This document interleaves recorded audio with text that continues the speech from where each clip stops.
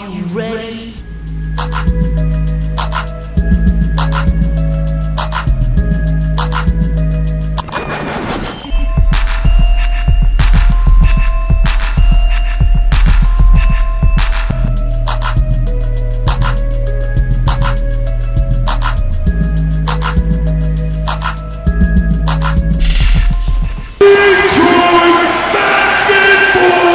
Are you ready?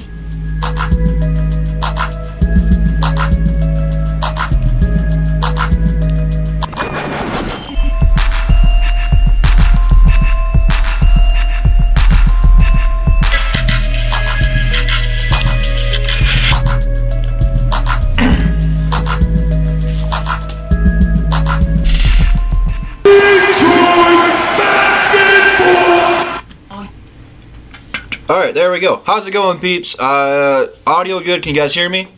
Let me know if you guys can hear me before we start. It looks like you guys can hear me from what I can tell, but I don't know, man. You guys hear me? Yay, nay? Right now it's looking like nay since no one's saying anything. Alright, sounding good. Alright, what's going on, Big Take? What's going on, Devin99? What's going on, Kobe? What's going on, Marcel? What's going on, DMAPP? What's going on, guys? What's going on? What's going on? What's going on? So, even though this is labeled as a Detroit Pistons and Detroit Lions talk, pretty much we are going to talk about whatever you guys want to talk about. But first, we're going to talk about the Lions right off the rip, because the Lions are making some moves. Probably one of the best off seasons I can think off the top of my head in the Lions history. They have hit home run after home run after home run. So, for those of you guys who've seen the news earlier, we did officially sign Daniels. The price being we cut Theo Riddick. So, it's not really unexpected news, but, you know, it's kind of sad. You get a player who's been here for, what, 6, 7 years? You cut him. It kind of stings, but I think this shows a great message to the rest of the organizations, to the fan bases, to the medias out there, that the Lions aren't going to be the same old Lions. Theo Riddick hasn't performed to what we expected of him the last couple of seasons. Now, he's really a catching, I should say a receiving running back. He's not a very good running back in and of himself. I think Ty Johnson is really going to take that spot. I think running back is one of the deepest positions, probably outside the defensive line on this team. Obviously, Kerryon Johnson and C.J. Anderson are going to get the reps, but now Ty Johnson is going to have to battle Zach Zenner.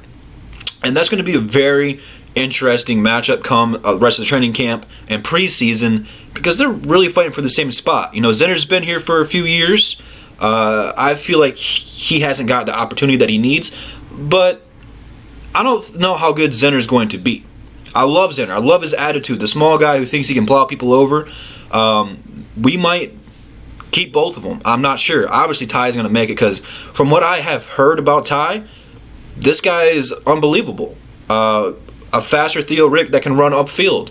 So at the end of the day, I think the Lions made the right move. I don't think this is going to be catching anybody off guard. But it's sending a message that we're not going to go 3-13 like multiple people have stated. The Lions are going to be a sleeper team. They are very talented. Like I said in my previous video that dropped yesterday, I think the weakest link on our team is offensive line depth, which if they stay healthy, it won't be a problem. And that's going to be the key for this team, is health. That's always the case. You know, football's a tough game. I know we have an early bye week. What is it, after week 4? So they're not going to have a whole lot of time to rest up. After that bye week, it's going to be kind of crazy. But I can't wait for football, man. I cannot wait for football. The Pistons pretty much done with their off-season stuff. There might be another small move here or there. Really, the only thing that should be floating around are trade rumors. Not really too much on the market free agent-wise that the Pistons are going to get, just because they're out of cap. Obviously, Vince Carter. I think Jeremy Lin's available. I mean, there's still some quality guys available, but the Pistons don't have room to get anybody. more than likely, if anything happens with the Pistons, will be trades. So, you guys want Chris Dunn? I mean, I wouldn't hate it. I wouldn't like it. I don't think Chicago's going to move on from him. They just got him. I don't really know what's in store for Chicago. They're a weird team. I'm not really sure they fit well, and I'm not really sure what their future is going to hold for them. Obviously, I think they're going to build around Laurie Marklin. I don't know how to say his name. The white guy, and probably Zach LaVine if they're not going to move him. But outside of that, I really don't know what Chicago's plan or future is. Obviously, just developing young talent and getting more young pieces there.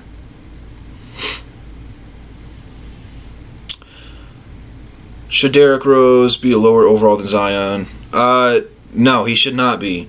I don't think rookies should be higher than players that drop 50 points. Like, if that makes sense. Like, it wasn't like Derrick Rose had a bad season. Derrick Rose had a very good season. Granted, his health is a key factor. But, you know, at the end of the day, Zion's got to be an 80 because he is the first overall pick. You gotta put some respect on Zion's name for being that. But like I said, man, rookies are unproven. We don't know how good he's going to be. He's already dealing with health issues, and he looks a little bit out of shape from his Duke days. What's going on, Luke G? I don't know. The whole video game rating system's kind of stupid to me. You can look at the Madden ratings, 2K ratings. I don't watch soccer, so I don't play FIFA. Really, they're kind of ridiculous. I don't think the guys who make the ratings watch the game, because even when he played 2K with Blake Griffin, they still let him throw the ball, catch lobs, and really dunk over cars like he did 5 years ago. It's not the same Blake Griffin. He's more evolved, but you play 2K and he's still dunking on people, which he still does every once in a while, but it's not the same Blake. I don't think the guys who make 2K or Madden actually watch the games. I just seen on Facebook before I went live that Greg Olsen in Madden 20 looks absolutely nothing like Greg Olsen in real life. He's got like black hair and a black beard. It just doesn't look like him. I don't know what the deal of that is, but if I was a Panthers fan, I wouldn't be too happy about it. But again, you play with the helmet on, so it's really kind of hard to tell. I mean, the only time you see players in Madden without their helmet on is over on the sideline. So the Patriots still don't have Bill Belichick in Madden, so that is what it is. EA is total trash. I probably won't ever buy another EA game again.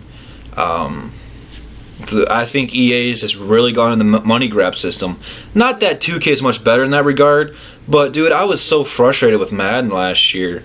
I didn't want to get last year's Madden, and I ended up caving in and getting it. I don't remember why.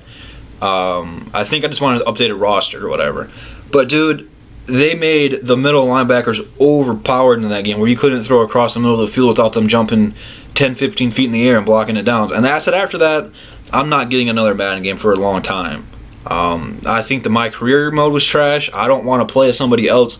I want to make my own player and make what position I want and tell that story. I don't want to live it through someone else's shoes, if that makes sense. Like, 2K does a phenomenal job with their my career system. You can create your own guy, position you want, make him the way you want him to be. The storylines I could care less about, and Madden, that's what it's missing. Because I love playing my career, and I think Madden's missing an online my player mode, like My Park.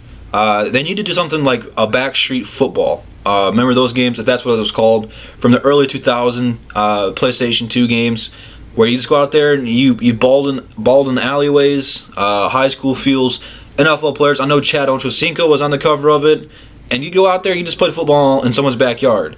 Really no rules to it. You can hit people as hard as you wanted to. It was really fun. I think that'd be cool if they incorporated that to an online system. Yeah, backyard football. That was the game, man. I played that all the time. I don't care. I'm not getting Madden 20, man. If they bring NCAA back, I might play that. I don't know. I feel like if they do bring that back and I get it, it's gonna want me to play Madden, because you'll probably be able to incorporate your guy after you're done with college into Madden, which I really don't want to play Madden. I already pre-ordered 2K. That's where all my time's going to be going to. I'm going to try to get some 2K20 clips for you whenever that drops, and really start playing that, because I can't wait for 2K, man. Cannot wait for 2K.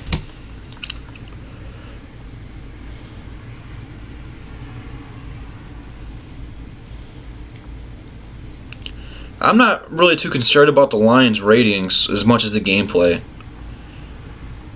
Because at the end of the day, the Lions still got to go out there and prove that, all the rating systems and all the media people are wrong. But it's no different. They made Snacks and Slay the two highest overall rated players, which that's fair. But I don't know. What's going on, JMO? You gotta get with the times, JMO. You gotta get with the times, man. Yeah, that was part of it. That was probably the icing on the cake for me not getting it. I was probably like 85% sure not getting it, and that really made me 100%. Because that's just disrespectful. It's crazy. And I don't understand how quarterbacks aren't the highest rated player on the team. If that makes sense. They'll make offensive guards and stuff higher rated players, which I'm cool with them being high, but they're not your franchise player. Like, you're never going to look at a 2K game and see, like, I don't know, some 6-string guy from the G League be higher than someone on the roster, if that makes sense.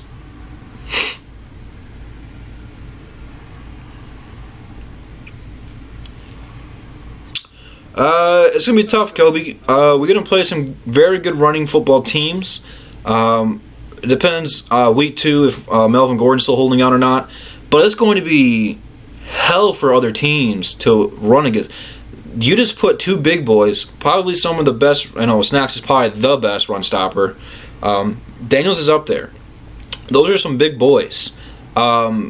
It's going to be very hard for other teams to run the ball against us. The entire season for a 100-yard rusher, I don't know. We'll have to wait and see. It's a very bold statement. I'm up for the challenge. Just look at the impact Snack did last year once we acquired him. He instantly changed that mindset of stopping the run. I just couldn't be happier with this team finally starting to build an identity towards defense. It's incredible. It's absolutely incredible.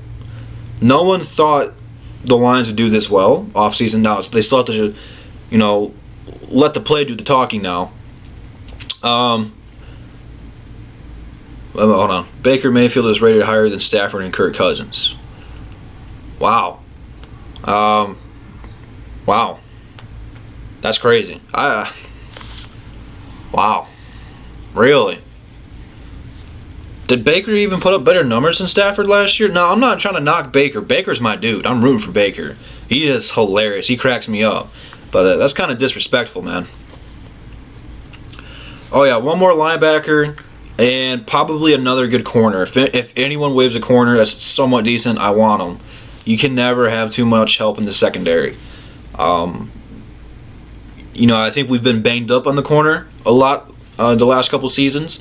Just adding depth could not hurt there, but all in all, I think the Lions are pretty steady, man. Pretty steady.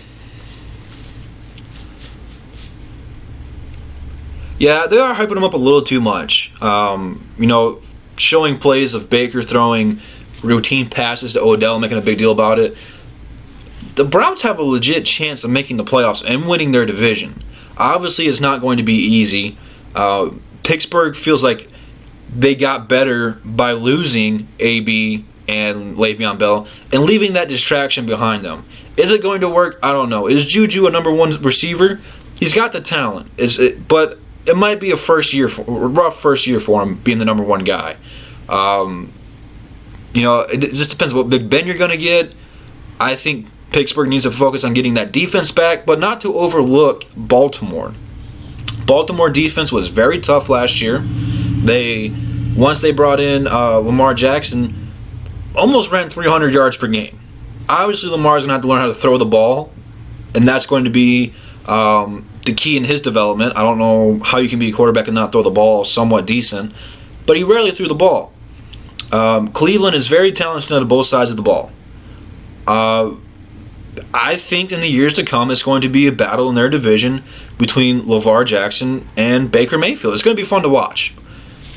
It's going to be very, very fun to watch. Ravens you're right, are very slept on. Yeah, the AFC North is going to be a very close race, though, man. It's going to be fun. Outside the NFC North, that's probably one of my favorite divisions to watch. Just because, they play tough defense. Very tough defense. I can't wait for the season to start, man. Just outside the Lions, it's going to be a good season. No one's really talking about the Rams right now. It's pretty much all Kansas City. I don't know what the deal with Todd Gurley is, if he's hurt, if he's healthy now. I'm not sure what the dealio with that is, but no one seems to be talking about the Rams anymore. It's kind of New England and Kansas City. I don't know. I'm going to have to go back and redo this. I think I had the Lions at 10-6. They might be 11-5. They have a very good shot at winning 12 games, man. Very good shot. It's just going to depend on health, man. I think what the Lions need to go out and do is find another backup quarterback. Someone that can play a couple games and actually win you something. Outside of that, I love everything the Lions have done.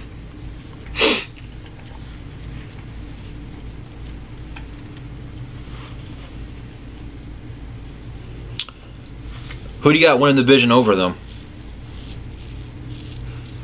I don't know, man. I think the Rams, I don't know. I liked what they did, man. I like what they did over time.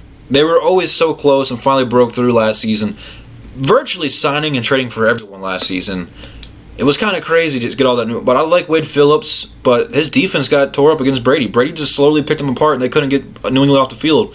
It was a low-scoring game, but it felt like New England would just dominate it. I'm not sure if Wade Phillips lost his touch, but I'm a big Wade Phillips fan. I'm not buying the hype on Jimmy G. He can't stay healthy. He had his time in New England and got hurt, and that's where we got Terry Brissett. Is that how you say it? Brisket, something like that. When Brady got suspended, both those guys played, and the other guy only played it because Jimmy G got hurt. He played a couple of games this year and got hurt, tore his ACL. I'm not sold on it. If he stays healthy, that might be another thing. I don't know if the 49ers are deeper enough to compete with Seattle and the Rams. Seattle's always sneaky good. I really think it's between Seattle and the Rams. I'm not counting the 49ers.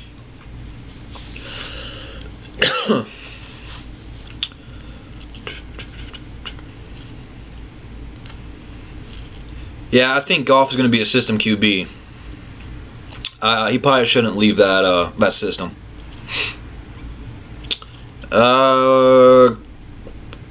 QB 2, 3, and 4.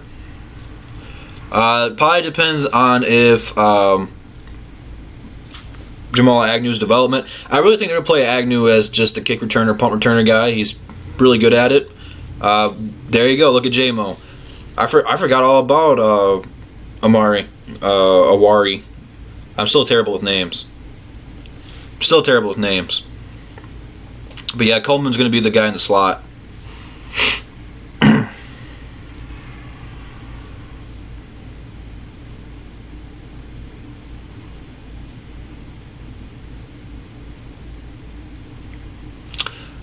The only thing that makes Wilson so good is his ability to get outside the pocket and create plays. Seattle really has done a terrible job of maintaining their offensive line. It's gotten worse. When you first started there, they had, one of the best offensive lines in the game. They're really run heavy though. They can run the ball, but they can't pass protect. It's kind of weird. I almost said Westbrook. Wilson's going to be running for his life again this year. That's not you're not going to win that many games over time that year. through a couple of years, you just can't maintain that style of play. It's not an ideal system. Half of Seattle's plays is just broken up plays, scrambling outside the pocket, hoping someone gets open.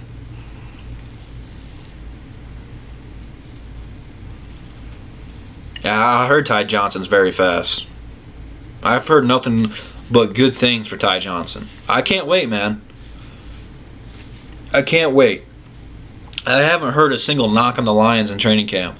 Now, it is only training camp, but they officially got pads on and starting to do way more in-game football drills. So, you can't complain, man. You can't complain.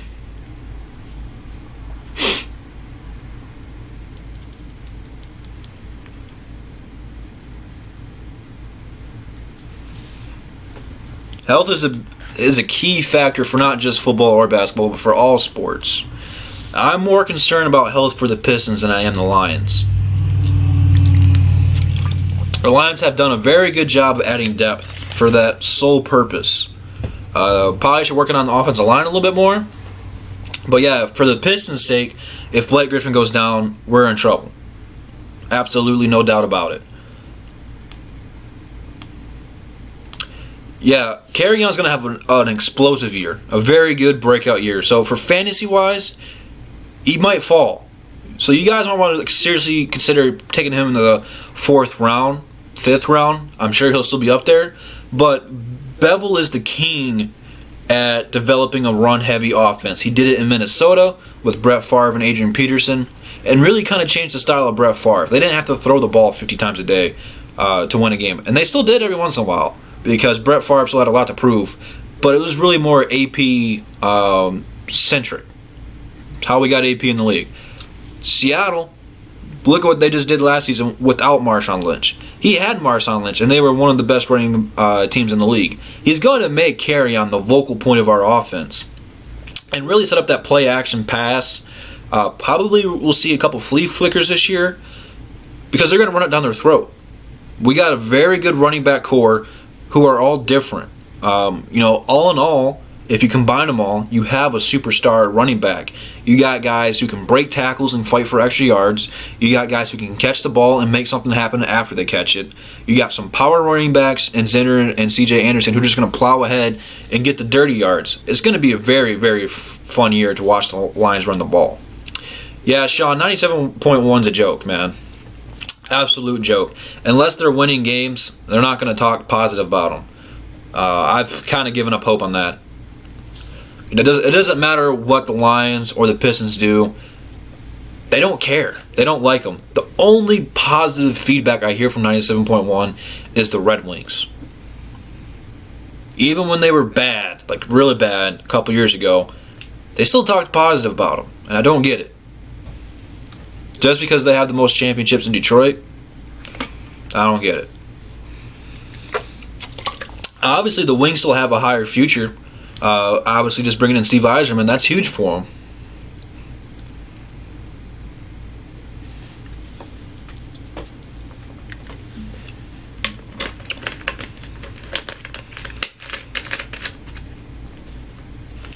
Yeah, that's pretty much it. They haven't been good in a long time, though. They badmouth the Tigers. I'm with them on that one, man. The Tigers have made me sick. Sick to my stomach. You got to care about the Wings, though, man. It's what we got.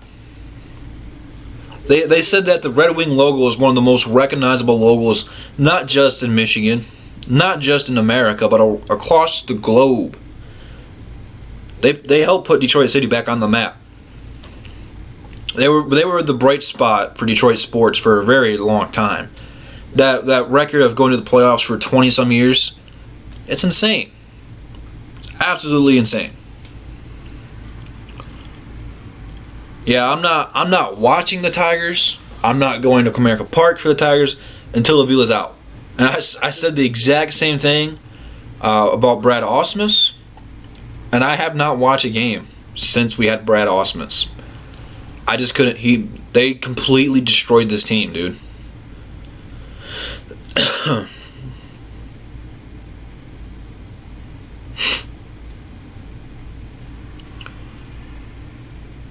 Let's see. What can the Pistons count on? 25 points from Blake.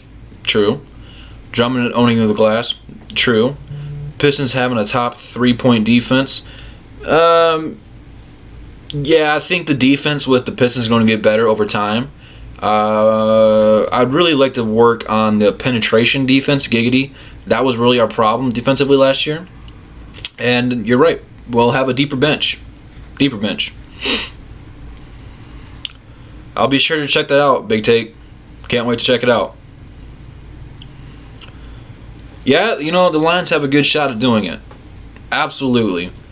Probably, this team is probably the best built right now to not only to win now, but to win for the future. The Lions have a very good mix of young talent that needs playing time and development, and guys who have been on this team for a long time that still can be leaders and contribute. This is a very good mix of men that play football, and everyone on the sideline and the coaches that knows the game of football.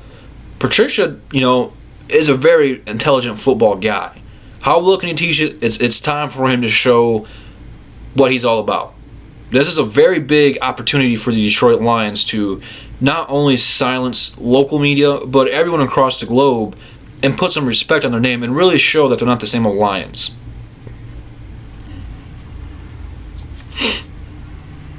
Yeah, the Woods was a great pickup for us. Yeah, I think those guys who said the Lions are going to go 3-13 are kind of shooting themselves in the foot. They dug themselves a pretty big hole that they got to crawl out of. I don't know how they're going to backtrack that one. They'll probably pretend it never happened, the old Jedi mind trick, and just move along.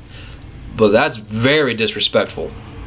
And now that we have made even some more moves and bringing in Daniels, you'll see, man. You'll see. People hop on the bandwagon when we start winning games. This is how it is now. No one really roots for teams anymore. Everyone just wants you when you're winning, and they couldn't care less when you're losing. And the Lions have lost a lot. So it's going to be tough to get some of those guys to put some respect on their names. The only way you're going to do is go into the playoffs. Yeah, if Reggie's contract wasn't so big, people wouldn't hate him as much. That's the only reason people really hate him, because we paid him a lot of money. He really hasn't lived up to it. I like it. I like the Finals MVP 2020. I hope that's true, man. Ramsey and Slade would be absolutely filthy. That would be disgusting. I don't know how you could pass the opportunity up. I'd love to have that. I think Ramsey's just acting a little bit goofy. So that I don't know. He's playing mind games with them.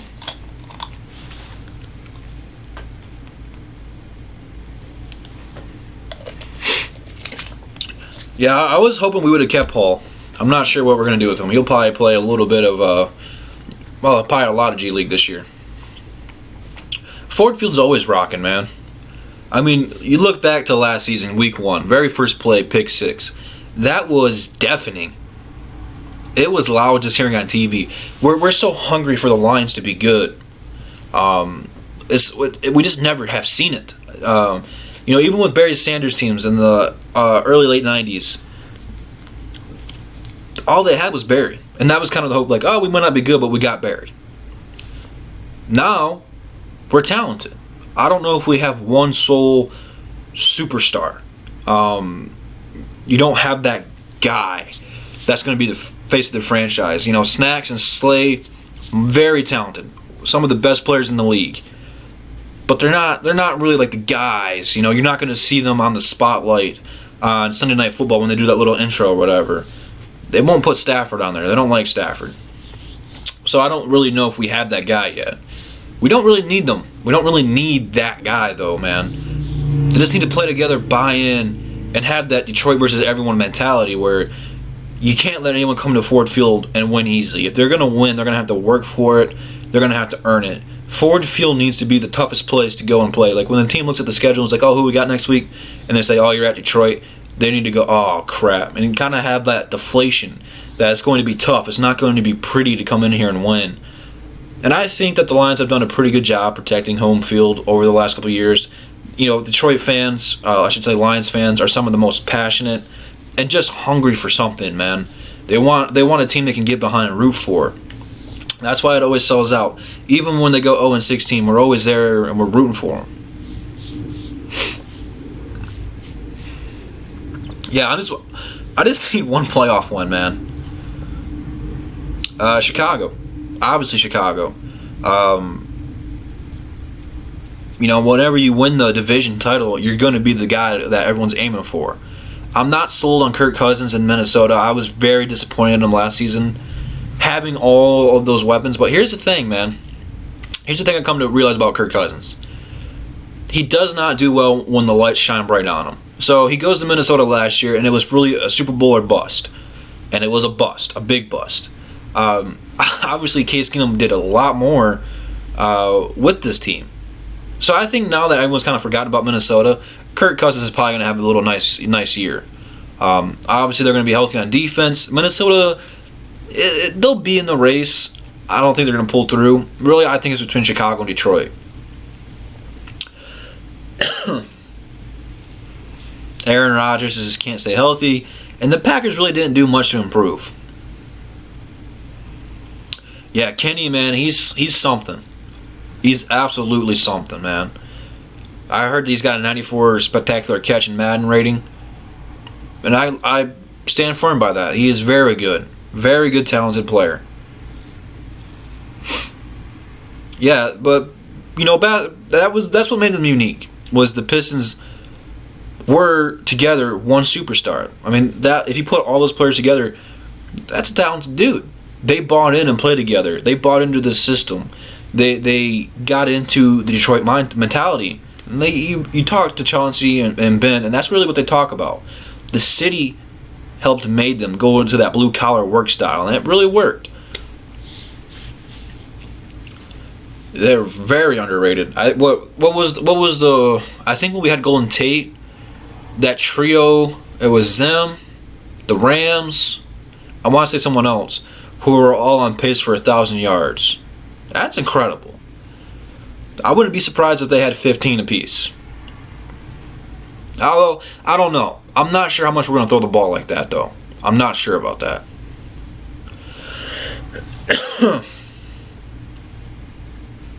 Ron.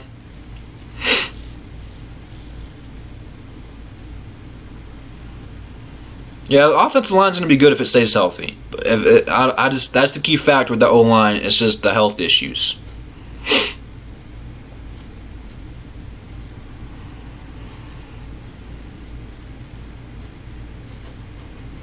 You want to trade Blake Griffin away for Eric Gordon and Clint Capella? Why would you do that? That doesn't make any sense to me. Trubisky's got potential, but I think he has a tough time reading defenses, and Chicago really does a good job of helping him stay protective and not exploiting his weaknesses. But yeah, he's not very talented, and they're going to be looked at for passing on Pat Mahomes. If Chicago has Pat Mahomes, there's no way Detroit wins this division. Absolutely none.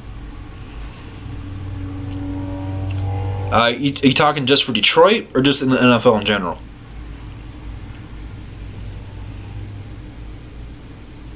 It's very tough to argue with that one, Devin. I'm not sure what the Pistons are going to do. Pistons got a lot of guards. Someone's going to have to really stand out for them to play them. Green Bay got really bad. I don't know about that, man. I've heard some very dumb trades. Very dumb trades.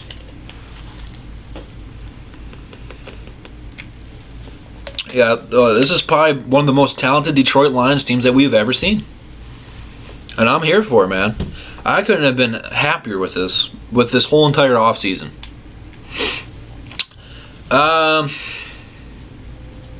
I'm not sure, man. I'm not sure. I'm if I had to guess, man, I can't even think of anyone. The only one that I was sold on was Theo Riddick, and I think that's a pretty big name for Detroit. But I don't know, man. I don't know.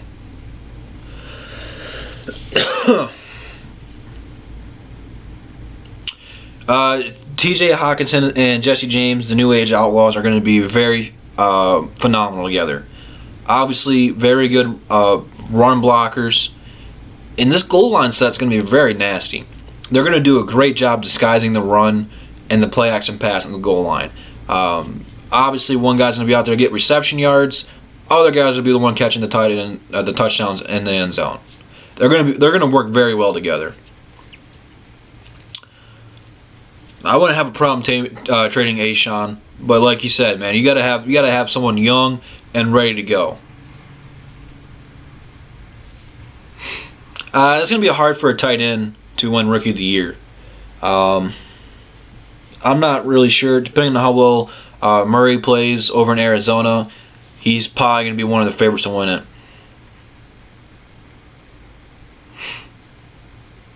Yeah, I have seen the video of Andre hitting threes. The thing that's so impressive about that is not just a three-point shot. He changed the shot. It looks much better. He looks a lot more confident in it.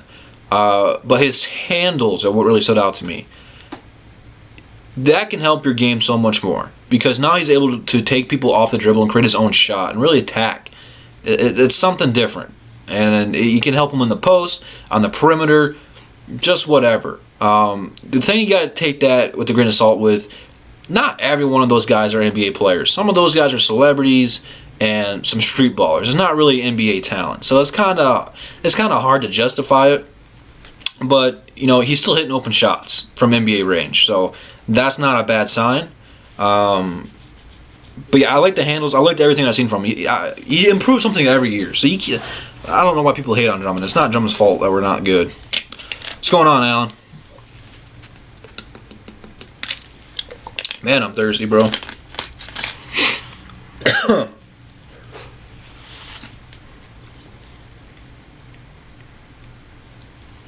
Yeah, they'll probably have a press conference pretty soon. I'm surprised they haven't done it yet. They might be waiting on some trades to follow through and finalize. I'm not sure what's taking them so long. But yeah, everyone's starting to have their press conference. The Clippers had theirs with Kawhi and PG. Westbrook just had his in Houston, but yeah, they're definitely going to have one with Derrick Rose because that would get some views in, and I quite frankly want to hear why D Rose picked Detroit.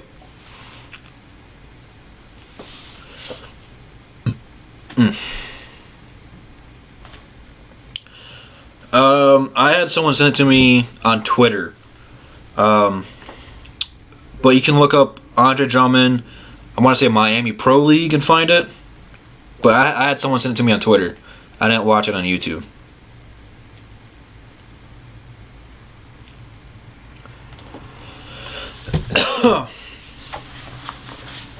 Yeah, people like LeBron James, Kobe Bryant, Michael Jordan, those guys are dominant enough to make a team that much better by themselves. Andre Drummond and Blake Griffin, it's not quite enough to win. If it was Blake a couple years ago with his ability to shoot threes, it would be. But this team's not deep enough. They don't have enough firepower to be that good yet. It's not one player's fault. We're going to have a serious dilemma this offseason when Andre opts out. Because I want to keep Andre. Because when Andre balls out, we play very, very well. When he has a big game, I've seen the percentage of it. It was insanely high of us winning. When he does not play when he plays bad, we have a very low shot of winning. But is he worth a max deal? I think at this point it's going to be a super max deal because it's going to be his second extension. And it's going to depend on if he makes the All-Star team, all first team defense, whatever, NBA, all-team NBA. He can get more money that way.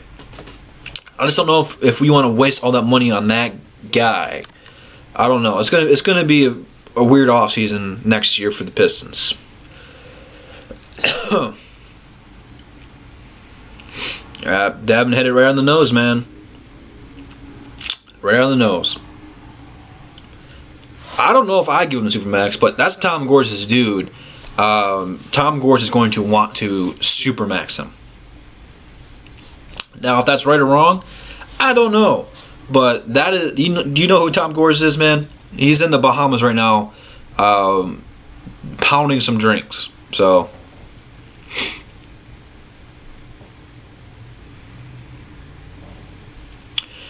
That's the thing that's going to play a key factor, and I keep rubbing it in. I don't know why, because we lost, but I went to Game 3, man. I was there personally. Like end of the third quarter, maybe the beginning of the fourth quarter. Everyone stood up on their feet and booed that man. When your hometown fans boo you like that, and it wasn't just like a quiet boo, everyone was on their feet booing him. That's got to be pretty bad. At the same time, everyone stood up on their feet and cheered Blake. So I'm sure that's going to play a key factor in his decision next year.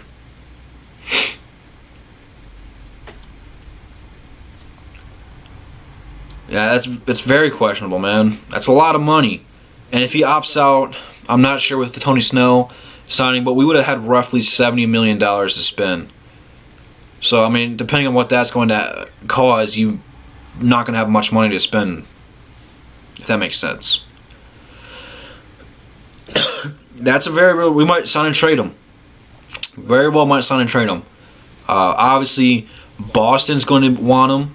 That will be their missing piece, and pair him with Kemba.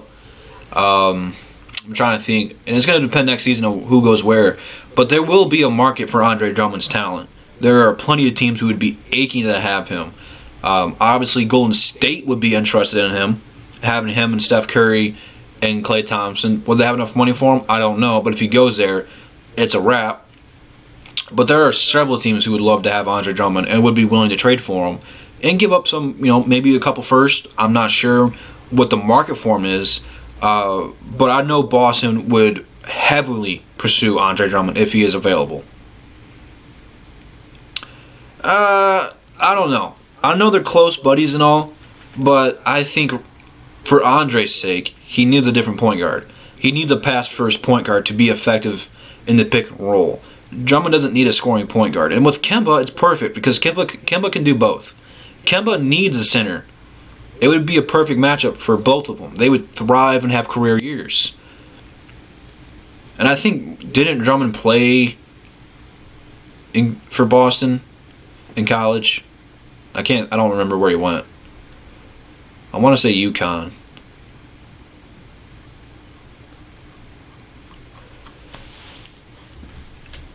I don't know. All I know is that'd be a good fit for Boston. Yeah, we're gonna trade Reggie Jackson. I have a very strong feeling at the trade deadline that Reggie and maybe Andre Drummond are going to be very hot names come that point in time. And depending on how well Reggie does, you might get something good back for Reggie. Obviously, with the Beal thing, they offered him the extension, the 3-year max, whatever that was worth, and he has not signed it yet. I'm not sure if he has. I don't know how it works. I don't know if there's a certain timetable he has to sign it, but he's taking his time, and he's certainly teasing the idea of leaving or being traded. If you could keep Blake Griffin and Andre Drummond and bring in Bradley Beal, that is a legit big three, and you could really contend. That would be one of the few people I would trade away some of these young talents for. But it would only work right now if you were able to keep Blake Griffin and Andre Drummond and add Beal. If you have to trade away Blake Griffin or Andre Drummond to bring in one of these guys, you're really going to be in the same position you are right now because Blake Griffin balled out last season and we barely made it into the playoffs. You bring in Bradley Beal with those two players and you have something. There would be a lot more games you could give Blake Griffin load management, and Bradley Beal would pretty much have the green light to do whatever he wanted. And Bradley Beal is a very underrated defender. I'm not saying he's going to lock anybody down, but he is a very solid defender. I would be okay trading away, some of the young pieces. Bruce Brown, Luke Kennard would be involved more than likely, but more than likely it'd probably be Luke Kennard and Kyrie Thomas as the young guards. Not saying I don't know what the Wizards would want, but that would be the idea. What's going on, Teo? What's going on, Don? The thing about Sekou, we can't trade Sekou until September. No, that's not right. November, I think. You have to have so long after you draft someone and send them to a contract before you can trade them away. What's going on, Bravo?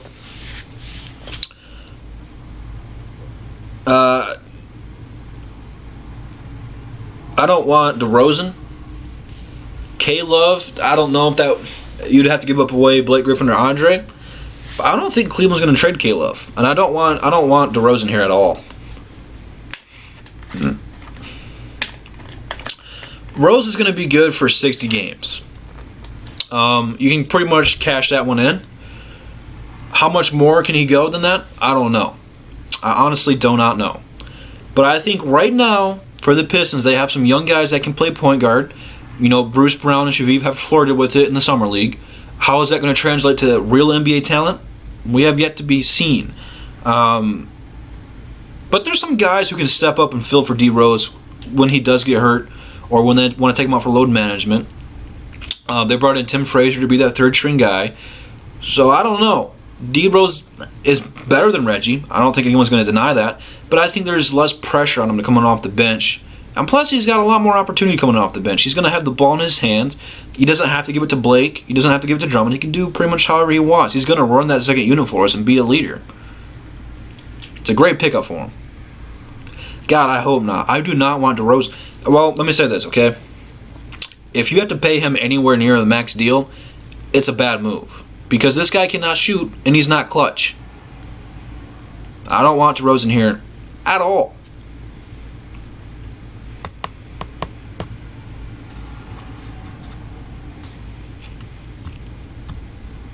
That's just the funniest way I've ever seen Kennard spelled. But yeah, that should be close. I don't think Rose is going to start though, man, unless they trade Reggie. Yeah, I seen that Vegas had him at 37 or 37.5. That's insane to me, man. I don't get the disrespect, man. They improved. You're trying to say the Pistons got worse by adding Markieff, Tony Snell, and D Rose? I'm not buying that, man. Not buying that at all. No, I haven't heard about the Dunn rumors, so I can't confirm or deny it. I don't know anything about the Dunn rumors. Yeah, you guys are. I seen that music video, and the only thing that was good about it were the girls twerking in it, because you know, Blake Griffin does his comedy. He's all right. He's funny at it. Drummond raps. Probably shouldn't. Just being honest with you. That's a whole lot of auto-tune and not a lot of bars.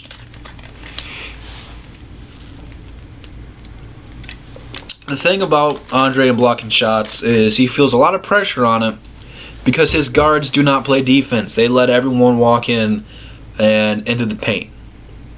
It's kind of like a Kardashian turning down a basketball player. You never hear about it. They let everybody in. So when that happens, that creates a lot of pressure on Drummond. His timing's off. He's got to guard his guy. He's trying to keep him off the glass. And it's not going to work. The thing that's overlooked, like, we'll use the 03-04 Pistons for a good example. Our guards were very good defensive guards. Not only were Chauncey Billups and Rip Hamilton great defenders, Chauncey more than Rip, but then you brought Lindsey Hunter in off the bench, who, when we got him the second time, was a good defensive player. They took a lot of pressure off of Big Ben, and when they did slip up, Big Ben had their back. But when Andre Drummond picks up the guard's player, the guards don't help box out the center. They just stand there with their hands in their pants. So it's really like he's the only player playing defense at times. Now, we got some good guys. And Bruce Brown, Tony Snell is going to be a good defender, and Markieff is going to be a good defender. They're going to play hard for you. Thon Maker has done a good job defending the rim. I'm not judging the whole Milwaukee series on it because Giannis is a tough matchup, and Giannis really bullied everybody. So Drummond just needs some help, man. If we get some guards that can play just a little bit of defense, it would be awesome, and you would see Andre's fouls go down and his shots, block shots, go up. Okay, I missed a little bit of these comments. The thing about Markieff, though, he's more of a power forward. What's going on, Michael Mike?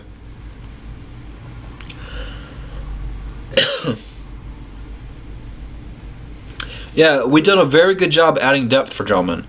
And that's a key thing. So I think at the same time, Drummond can play a little bit more aggressively because, Thon and Woods, like you said, are good quality backups for him. They can play defense. I'm very excited to see how good Woods is going to be for us. He's going to have a good opportunity to not only fight for the backup center position, but I think if he doesn't get it, he's still going to get playing time. I think it could be a very similar situation to what Boston did the last couple of years. They used a 3-center rotation, and Horford, Aaron Baines, and Thias, something like that, and it worked. So the Pistons might have a 3-center rotation. I don't know about 50. 46 would be a reasonable goal. 50, that might be pushing it a little bit too much.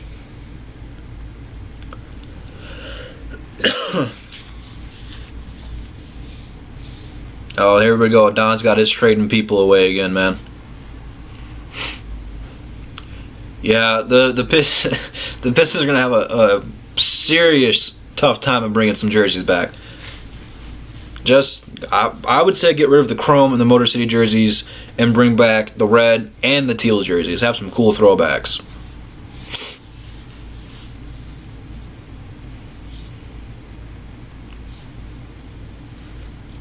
No, Kevin Love would not. If you trade Blake Griffin away, him and Drummond might work together, but I wouldn't be too stoked about Kevin Love. What's going on, Nomus?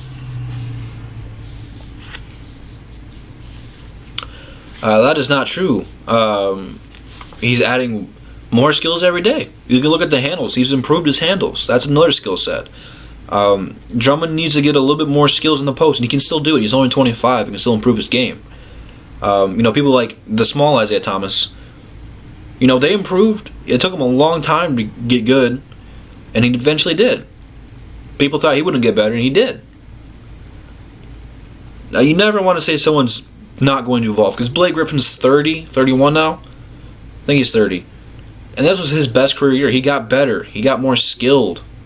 So as an NBA player, you don't ever want to stop. You just change your game style a little bit. Yeah, that Lions defense is going to be crazy good, Mike. Crazy good. I can't wait for it. Yeah, him and Reggie should have breakout years together. I'm down for the red ones. They just changed the logo back. I don't think they're going to change it back to the horse one.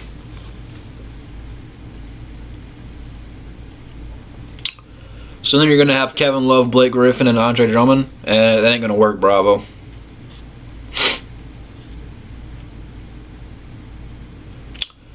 And that came down to health, They were good when Mike Conley and Marc Gasol were healthy. When they weren't good. Memphis was derailed by injuries. No. I'm in Flint, and I'm not drinking that water. Dwight Howard's different, though. Dwight Howard relied too much on his athleticism. And when you hit, close to 30, it starts to slip away. Andre can see the lining in the sand, and he's changing his game for that one. That's why he's shooting his threes right now. And like I said it the other day in my video, that's probably not a right now move. He might shoot a couple a game. But that's a career longevity move. Al Horford had to really get good at shooting threes. And he still only shoots a low 30%, but you have to guard him and respect him out there. And Drummond's trying to get to there, because sooner or later, Drummond's going to lose his athleticism. Not that he's crazy athletic right now. He's really more quick than he is super athletic. But eventually, your speed and your athleticism goes away. So that's what he's doing. He's just involving his game for the long haul.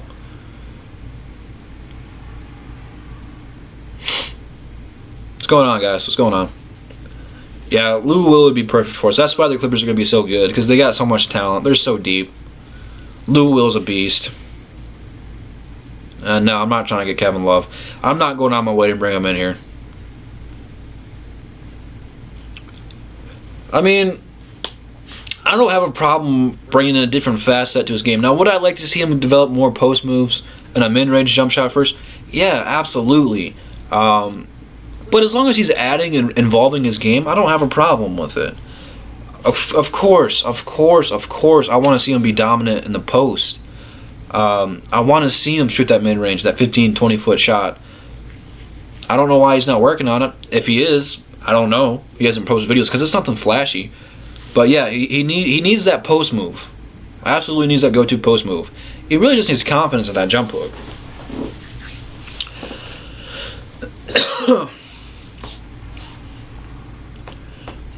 You're right. No, absolutely right. You see him improve his free throws. Why doesn't he just shoot more at that range? He's a little bit more confident. I don't know.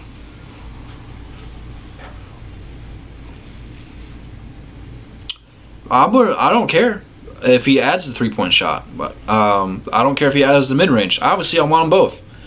But Drummond right now, he's not dominant, and he should be, because there's not that many people who are bigger or stronger than Andre. Andre should be a bully and just attack the rim, and he doesn't all the time. I don't get it. Drummond is not perfect, okay? I just see the potential in Drummond to be good. He's not perfect. Nobody is.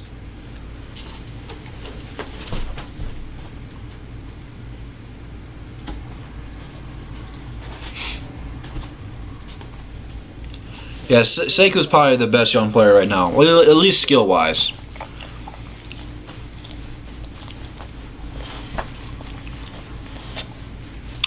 Yeah, but Drummond has star potential. Drummond could be one of the best players in the league if he put the effort in and really developed his game. Big Ben, he never really was going to be a superstar or anything like that. Big Ben was a hell of a player, dude. You'll probably never see someone like that again. That dominant on defense and the drive to get undrafted to becoming an all-star. You probably won't see something like that again. Drummond could be a mixture between Shaq and Hakeem. Not saying he's on their level at all, but he's a weird build. He's a little bit undersized. I think he's only 6'10", 6'11". He's got a good second bounce. Very Dennis Rodman-like in that aspect. But he needs to use his strength. You don't see him use his strength. You don't see him attacking the rim that much. And he doesn't really have good footwork like Hakeem, but Hakeem was probably one of the best post players to play. Karl Malone's moves were illegal, pushing off and spinning away. So, he needs to go back and watch some of those old school NBA players. I think just big men in general need to go through and do that, because that's a skill set that's lost. Very few people play in the post nowadays. Very few that come in the league right now and are good at it. And you look at guys like LaMarcus Aldridge, who still use the post and are still effective. It's hard to stop. Hard to stop. I'm going to Blake Griffin right now. Blake Griffin's probably one of my favorite players to watch. Yeah, you'll never see anything like Hakeem again, dude. That footwork was incredible.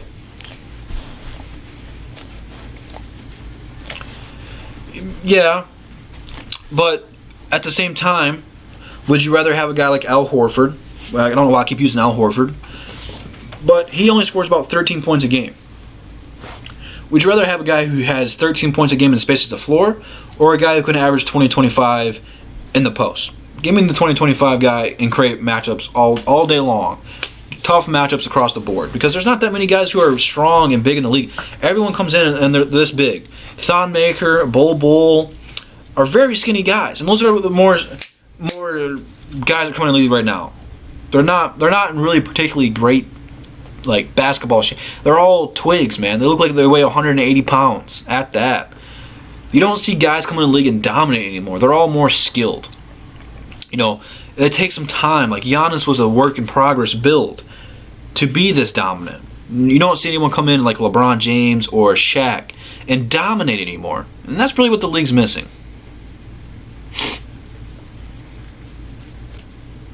Not necessarily. A lot of them come off of very poor shots. Dennis Rodman stat padded his rebounds too. So, it's nothing new. People do it all the time.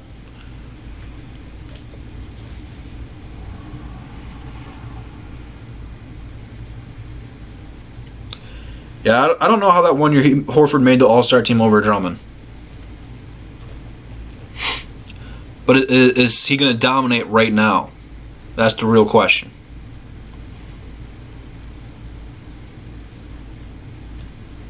What's going on, man? What's going on?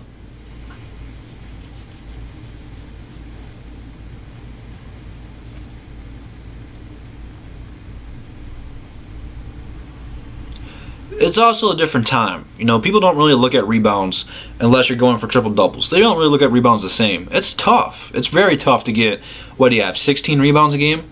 That's very tough. There's a reason you don't see it that much. Because it's not only a skill set, it's a mindset of wanting it more than everybody else. And to Drummond, it comes to him naturally. He's got naturally good vision to be in the right spot for coming off the board. So he's got that position rebounder mindset. And like I said, he's got a good second hop to be quicker than everybody else. It's like a mixture of watching Bill Laimbeer and Dennis Rodman together, rebounding the ball wise. He's got the good position skills of Laimbeer and the hops of Dennis Rodman. It's a good combination. That's why he's the league's best rebounder.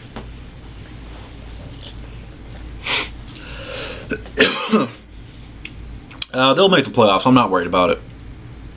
Even if Blake goes down, this team's still talented enough to make the playoffs. They'll just be the 8th seed and get swept again if Blake's hurt. But this team's still talented enough to make the playoffs.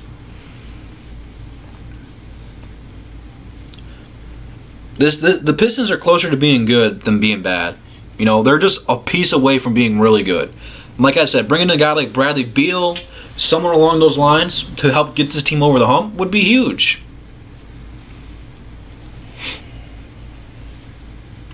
Well, he'll probably have more opportunity to be the sixth man, more touches, but you know, Blake Griffin and Andre do need floor spacing.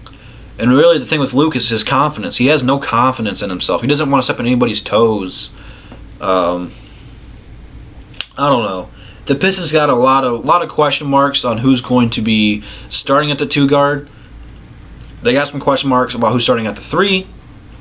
So I mean, they got some time to think this through. You know, we're still a few months away from basketball. I don't know. They'll get the right guys. You know, Dwayne Casey will probably tinker with his lineups and his rotations because, like I said, we're very guard heavy. So, you know, probably the first few weeks of the season, we probably won't have a clear starting rotation or a bench rotation. They'll probably tinker with it throughout the season and really probably throw some questionable lineups out there. You're like, well, why would they do that? And just see how it works. I like that idea. That couldn't hurt some of the greatest shooters to ever play the game.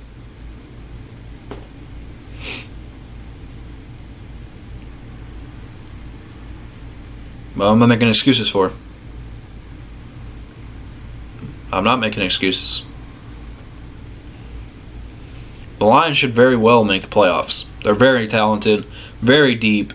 Now, is it going to be a home field to win the division, or is it going to be a wild card? That's really the only question that I have with them.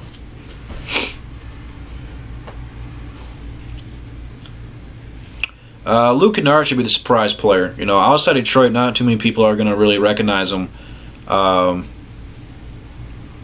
You know, outside the Pistons, not too many people really know that much about Luke Kennard. And really, he just needs opportunity and confidence, and he'll take off. I think he played, 25 minutes a game? So he gets playing time. He just needs to get some of his shots up.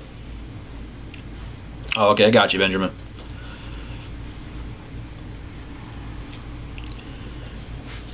If the Lions win their division, if the Lions win a playoff game, that puts a lot of credibility on Matthew Stafford because, you know, that would pretty much eliminate all the negative things that he's not a winner. You know, this is probably going to be one of the most talented teams that he's ever had built around him. And it's only going to get better as the years go on. As he gets older and, you know, less talented, the team's going to get better.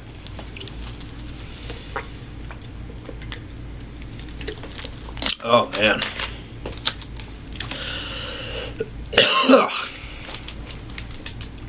I think I'm getting sick, guys. I can feel it coming on. Yeah, they're not going to go anywhere. Like I said, unless we're trading for Bradley Beal, Luke's pretty much not going to go anywhere.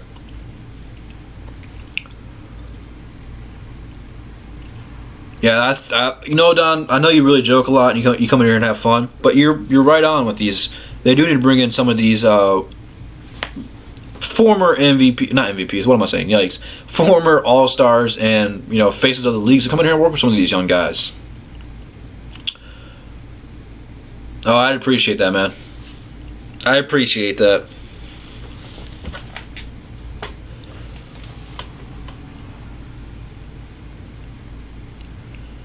Oh, that reminds me. I gotta fix that because I got special things that pop up here when you guys donate and subscribe, but I have them backwards.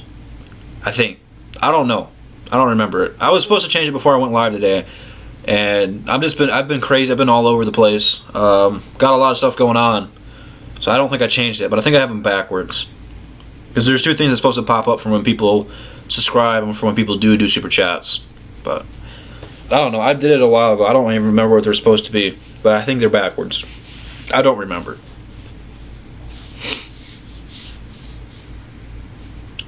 SVG did not help this team at all. Every move that he made, and that's the problem with making a coach president of operations for the team, because they don't do moves for the future. They do moves for right now. Excuse me. Really they brought in Josh Smith to win right now. Never panned out. You brought in Jennings to win right now. And it worked, especially when you got rid of Josh Smith. But he goes out, he gets hurt, tears his Achilles. What does Stan Van Gundy do? He brings in Reggie Jackson. And that wasn't a longevity move. He made that for them to win right now and make the playoffs. To what? Keep his job. They brought in Tobias Harris. That wasn't really a longevity move. He brought him in there to make the playoffs and keep his job. And it worked. They made the playoffs. They lose KCP. They bring in Avery Bradley, and guess what? That wasn't a longevity move. That was to win right now and make the playoffs. Fast forward, you're not in the playoff. You're in the playoff race, but you're not in the playoffs. You trade away Tobias, you trade away Bradley, and you bring in Blake Griffin. And guess what? That was not a longevity move. That was a move for the Pistons to make the playoffs and keep Stan Van Gundy's job, and that did not happen. So Stan Van Gundy got fired. And traded away a lot of young players and picks, and it hurt. Drafting hurt us. The Pistons had every opportunity to make something great, and they blew every single opportunity that they had.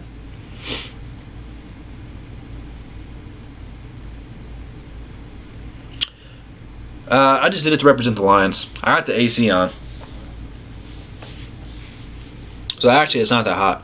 And it's a very thin hat. It's not that heavy. But my hair is kind of to the point where it's not ready to be cut yet, but it's kind of too long to do anything with it. So, we could have had Dwayne Wade or Carmelo Anthony. So that's really before Stan Van Gundy. It was way before Stan Van Gundy. But it was like things like that kind of led up to everything. They realized how much they screwed up. And ever since then, it felt like panic mode. Guess what?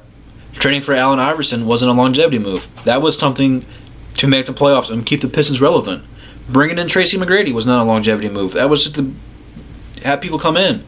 The Pistons don't make moves, or I guess I should say didn't make moves for the long haul. They made moves for right now and stay relevant. Right now it's different because they have a nice mix of guys who can play and guys they have to develop and be patient with. It's a good mix. The Pistons are on the right track. The Pistons should not panic. Learn from your mistakes. Don't trade away young talent. Help develop that talent and continue to draft young talent. Yeah, that Marcus Morris trade was stupid. They were trying to fill KCP's shoes, and it never worked out. Yeah, but this is the right time though, because the Pistons are in a weird spot. They're kind of rebuilding, but they're kind of trying to compete right now. Right now, it is time to do the win now mode. With all these rumors, the Pistons are trying to win now, which is cool. You got to fully commit to it. But trading for guys who are 30-plus years old, who aren't going to have good seasons like the Westbrook thing, that would have been a bad move for the right now. Because that's not going to bring you a championship. If you get someone young like Bradley Beal that still can get better, then it's a good move for not only right now, but for the future. I was devastated by the AI trade. Chauncey was one of my favorite players, and that we lost that team. Chauncey may not have been the most talented player to ever step on the NBA court, but he's one of the best leaders to ever step on that court. And when we traded him, we lost that team. That team fell apart. You're right. Our future is bright, but you just have to learn from your past. The definition of insanity is doing the same thing over and over and expecting different results. So in order to evolve and get better, you have to learn from your past mistakes and not commit them again. The Bucks are a tough matchup for us. And even if we make the playoffs and we're fully healthy, right now the Bucks probably still sweep us. They are stacked to the top full of piston killers. Milwaukee's a tough matchup for everybody. I think the Raptors did a phenomenal job stopping Giannis, and they really led the blueprint to stop Giannis. The problem with that is Giannis is working on his jump shot, and it looks better. If Giannis starts shooting threes at a more efficient clip, he is going to be one tough guy to stop, and we really don't have a guy to put on him. We had Blake Griffin on him with one leg, and that was our best option. And Blake did a very decent job of stopping him. Obviously, Thon got bullied. There was a couple times Thon did block him, but all in all, Thonis, I call him Thonis. That's awesome. Giannis had his way, man. Yeah, that Billups trade was tough. The thing, though, is the fans don't make the team. The fans are awesome. You know, I have a lot of cool fans. It's weird to say that I have fans, because I'm not used to that. But a lot of fans want to see something on the court right now. And a lot of times it takes time to put that out there. You know, the 03-04 team was special because it only took a couple years. I believe in 02-01, I might be mistaken, I don't really remember. We traded Grant Hill for Big Ben. And then by 04 we had a championship. So it only took us a couple years to make that. Those Blake Griffin rumors aren't true. They're not trading Blake. Yeah, they would have done some stupid stuff for that Westbrook trade. Yeah, but the thing with putting Drummond on him is, you know, he gets in foul trouble that way. The Pistons aren't necessarily in a win-now mode. They are trying to be in a win-now mode, but they aren't going to make any moves that hurt their future. They're doing it strategically. They're not rushing anything. They're doing their job, okay? They did their job calling for Westbrook. They did their job trying to see what the market was for Westbrook. I can guarantee you they're on the phone trying to see what Beal's market is going to be if he wants out. The Pistons are calling around. So the Pistons are trying to get some other superstars in here. But they're making sure they get the right one. Yeah, the Pistons fan base is crazy, man. It's all over the place. It's all over the place. Oh, man, I'm sorry to hear that, Devin. You missed some good times, man. That was probably some of the best times to be alive. Because, you know, the Tigers were up and down. You know, they had some good years in making the playoffs and going to the World Series through that time span. I guess you get to see a little bit of that. The Pistons were dominant. You know, the Red Wings were dominant. Really, the only problem were the Lions. Yeah, the Pistons are doing great moves. I have not complained about one move the Pistons have done so far. Obviously, some more need to happen. I'm not sure, you know, what that move is going to be, but they are a few pieces away from being good. One superstar away from being really good, a few role players of being really good.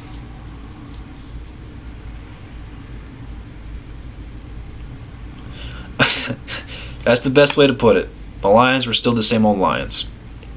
Vegas is not like Detroit.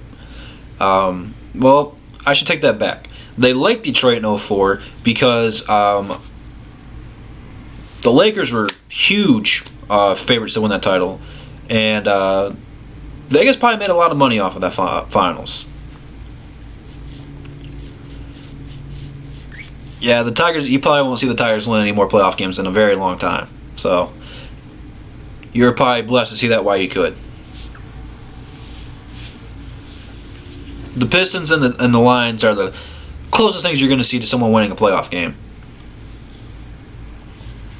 The Red Wings are going to need a few more years before that.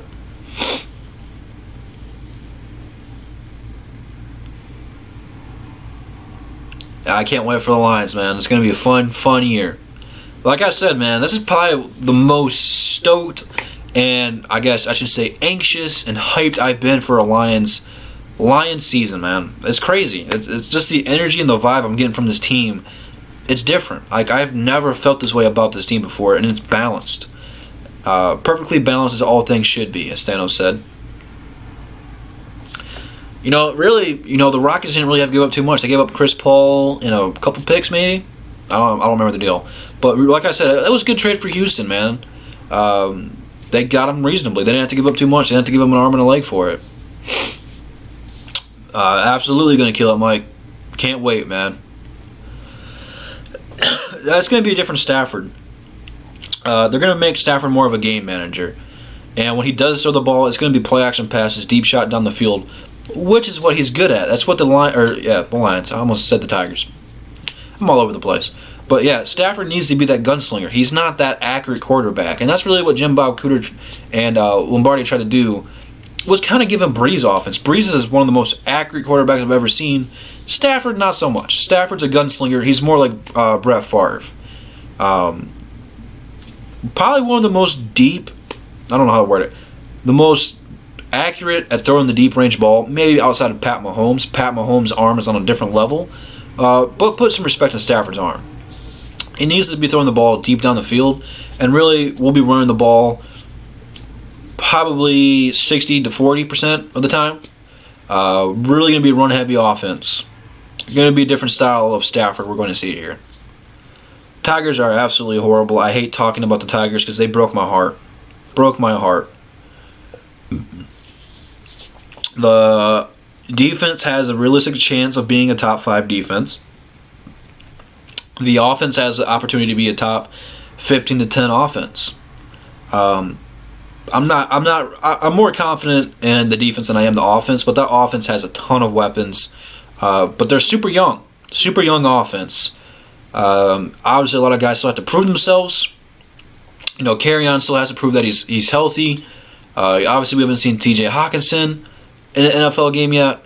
Marvin Jones and Kenny Galladay are beasts. But, Danny Amendola is a solid pickup. Offensive line is just really the sole weakness. I don't really want to call it a weakness because when they're healthy, they're good. They're very good. You switch your prediction 12-4, a very realistic option. I still say comfortably 10-6.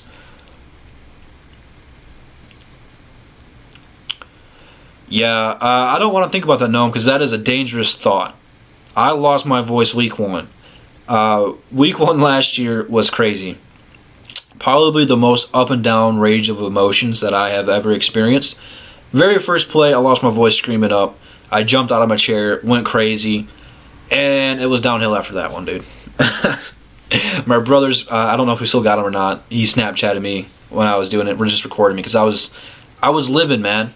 I was livid.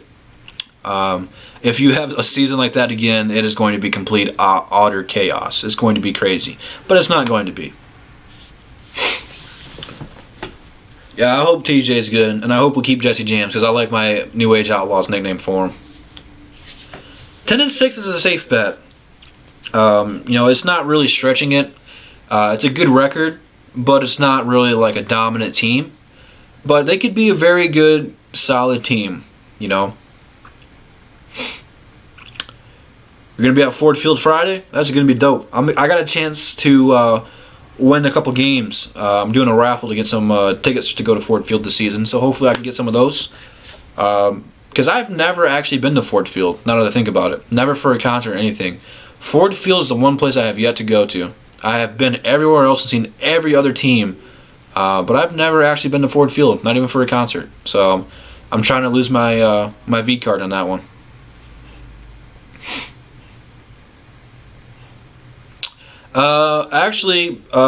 B-Ball, that's more Positively Detroit style. If you have not checked out Positively Detroit, his link's in the description with all the DSA members. Be sure to check all of them out. But that's really more of his style. He does that. He compares other players. I know he compared Blake Griffin to other power forwards. That's really more of his style. So check him out, man. 12-4, man. That's a bold prediction. I love it. I just don't know.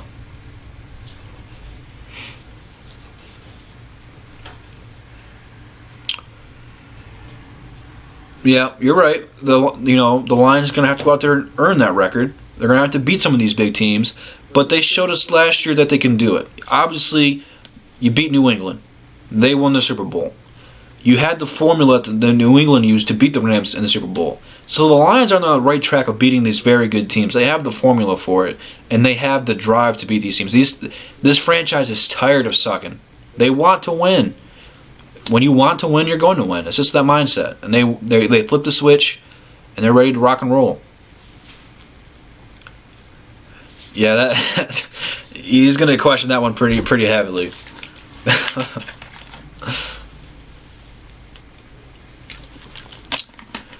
I told Gnome, once he blows up, he's going to have hella hoes begging for him. No, I wouldn't give up on the Lions going 8-8 because that's improvement. If they show improvement every year, I can't complain. I want them to win a Super Bowl right now. Is that realistic? Probably not. But once you come playoff time, it's not like basketball. It's not like baseball. It's not like hockey. Football playoff is completely different because you can get lucky and win. In other sports, the best team wins in 7 games. Very rarely does a team get lucky and win a series in any other sport. But in football, you can get lucky in one play and win a game. So there's no telling what happens comes playoff football. Are we turning this chat into tender? I might have to leave you guys alone.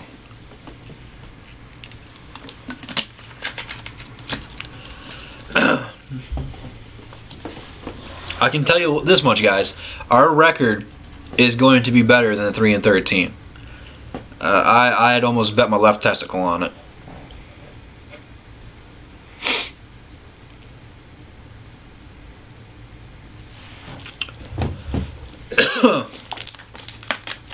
Man, I'm about to lose my voice, man.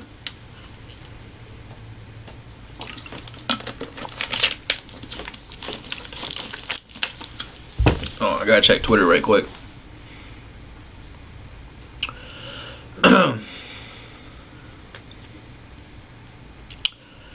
Yeah, we probably split with the Bears and the Packers and sweep. No, we split Vikings and the Bears and sweep the Packers.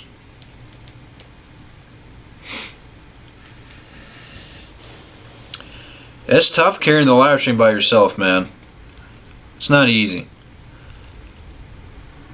When I go live with you, JMO, you pretty much, I'm surprised your voice ain't gone yet. I was playing. Inside joke.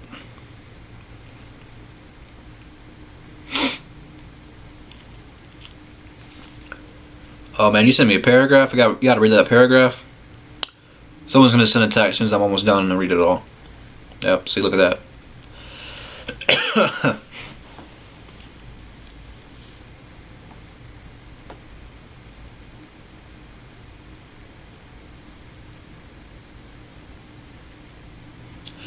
Yeah, other centers don't like Drummond, dude, because he's a super tough guard, man. I mean, you have your difficulties keeping him off the glass, and not many people can do it. Very rarely do people keep Andre Drummond off the glass. This is not a joke, but I'm going to say giggity. He had 69 double-doubles last year. Giggity. That's impressive. How are you supposed to keep this man off the glass? You can't. It's impossible. Embiid's a flopper, and, they love Embiid. The NBA does. He plays for Philly, a bigger market than Detroit, so they get all the calls, all the whistles that way. And people don't want to see Drummond in the game because he makes it difficult for the other players. So when he gets fouled out or in foul trouble, the NBA considers it a win-win. And it's not cool. Not cool at all. That's absolutely 125% wrong, E-Dog. Rebounds are huge. Rebounds are literally a possession. And when you average 16, what is the average? Like 5 or 6 offensive rebounds. Those are the second opportunity points. And that's roughly 12 points just off of offensive rebounds alone. They are extremely valuable. If you put Andre Drummond on Golden State's slowly going to score every possession, because no matter how many times Steph Curry or Klay Thompson misses a shot, Drummond's going to get that offensive rebound, and it would be total and utter chaos. So to say rebounds aren't valued anymore, that's a false statement. They might not be valuable as high as they were back in the day, but they are still a very high value.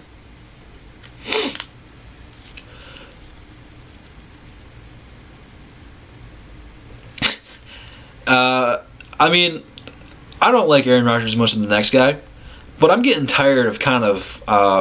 Actually, I don't want to say that because I love beating him up because I hate him. But I want to beat him when he's healthy. Like, I want him to play a full game and we stomp him, because I don't think if he was healthy. Let's say he was healthy last game.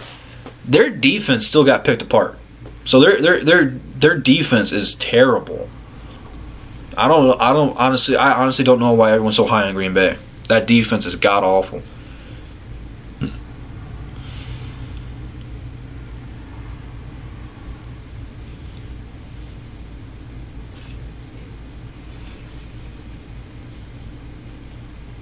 That's not all he does. Come on, dude. You got to watch the games, bro. You got to watch the games. He had career highs in steals per game, blocks per game. I think he had high points per game. He improved, and plus his free throws improved. He doesn't just rebound. That's probably the best asset of his game is rebounding, but that's not all he does.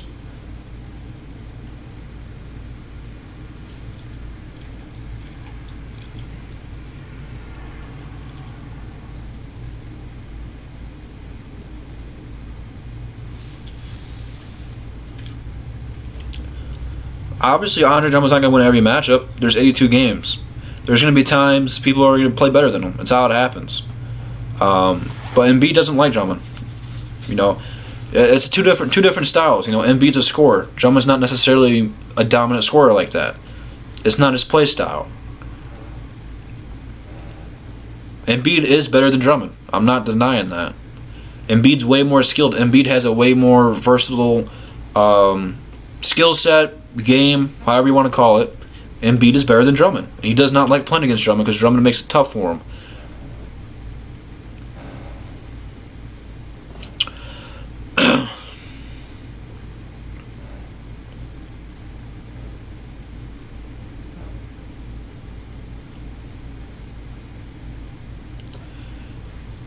Let's put that in perspective here, B-ball.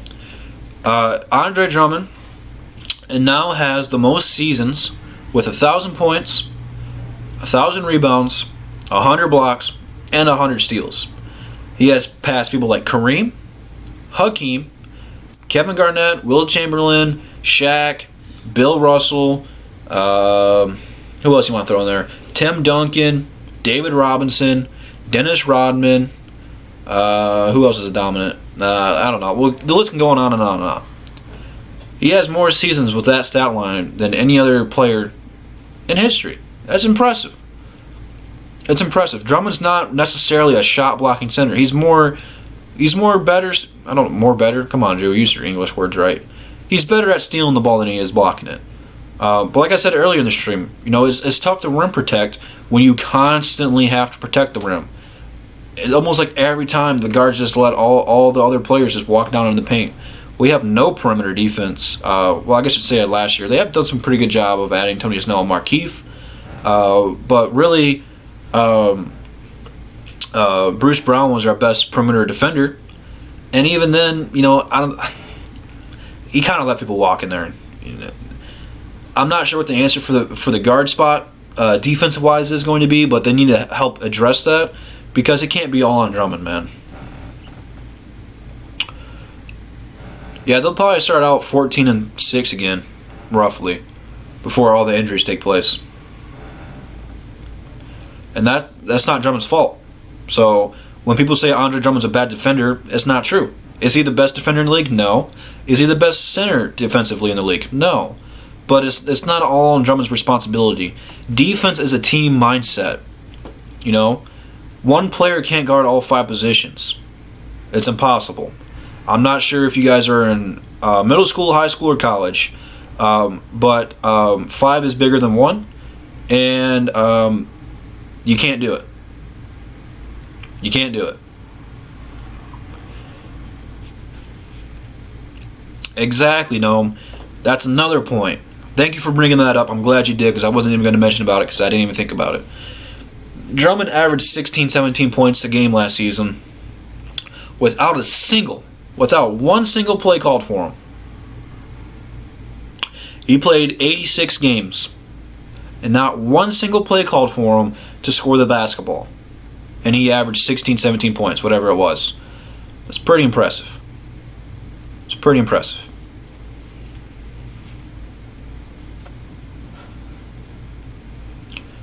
Don, are you a Broncos or are you a Falcons fan? Oh, stop it, E-Dog. You're tripping, bro. I know pot's legal here in Michigan, but you're tripping.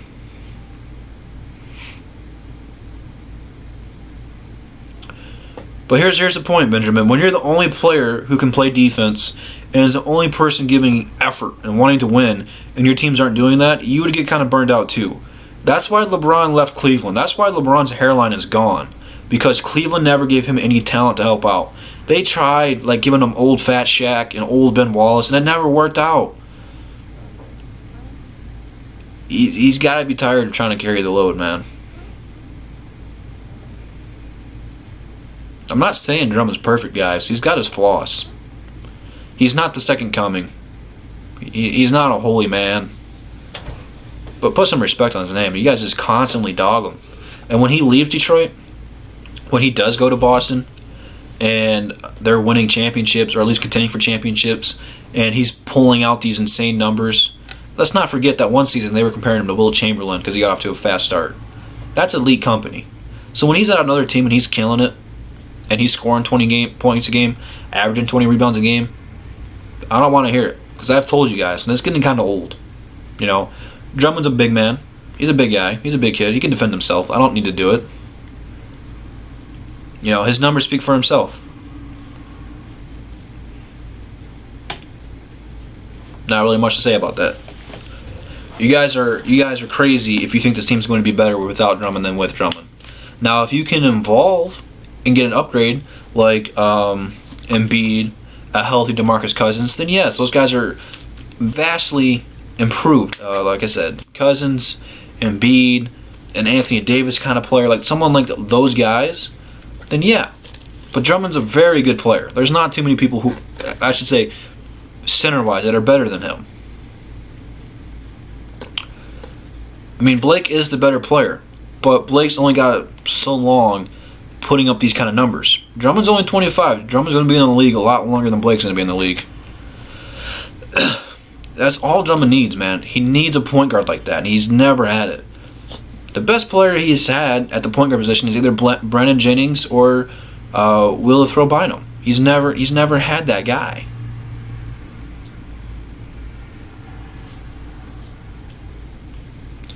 If it was MVP Rose, then yes, but it's not the same Rose. It's a different Rose, and Rose should help Drummond out, absolutely. But I'm not sure what D Rose we're gonna get.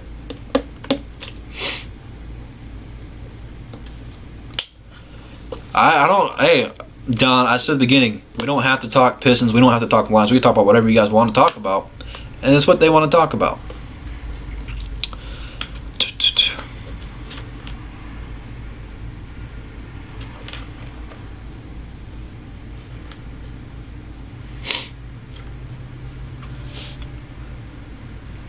That's a very good point, Mel.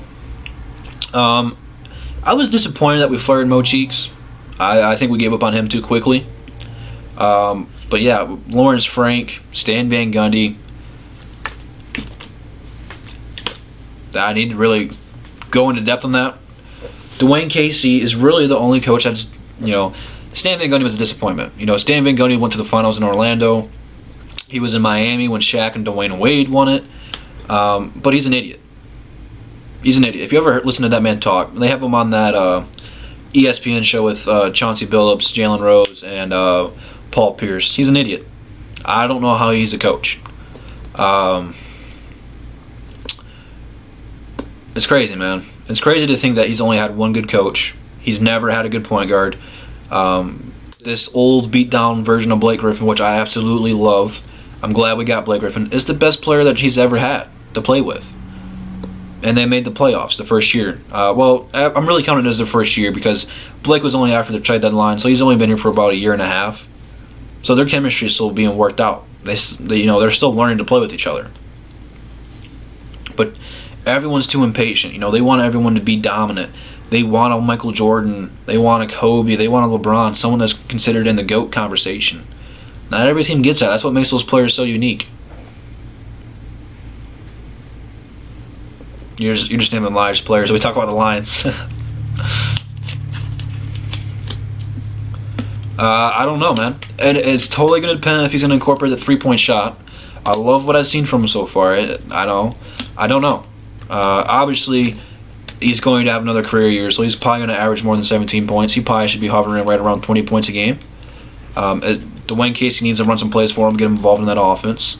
The thing that made the Old Force team so special was, Chauncey Billups tried to get Big Ben to score the first point. Get him a dunk. Get him into the game early so that way he's locked in and ready to go. The Pistons don't do that with Andre. If you got Andre Drummond a dunk or an easy point right off the rip, he's going to be fully committed to it. I didn't say, you're not listening to me, E-Dog. I didn't say he was perfect, but we're better with him than without him. And you know that.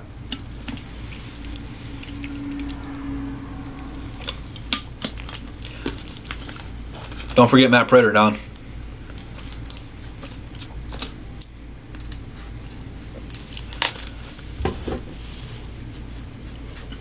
I want to see Matt Prater.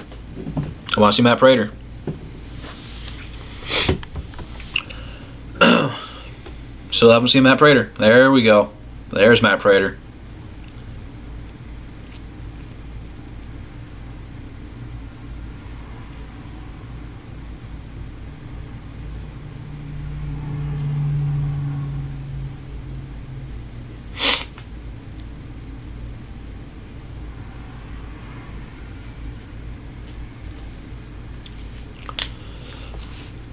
Drummond's a good player, man. He's not booty. Put some respect on his name, man. Don, you crack me up, man. You're a funny guy, man.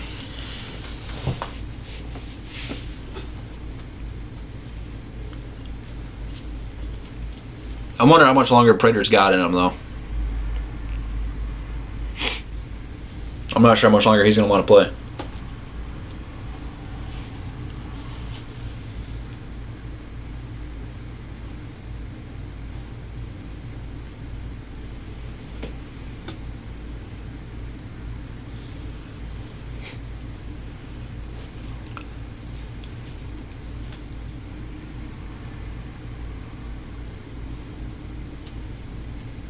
Yeah, Don's pretty good, man. Don's awesome.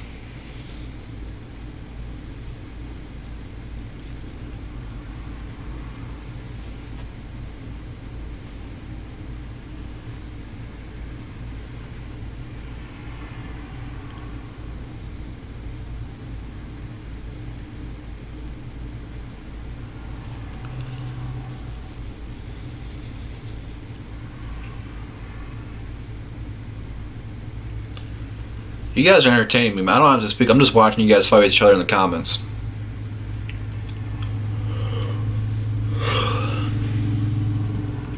Yeah.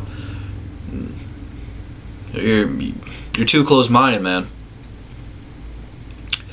Being in the NBA, you have to improve something in your game every year. He's only 25. To say that he's reached his ceiling just because you have a hunch is ridiculous. Doesn't make any sense.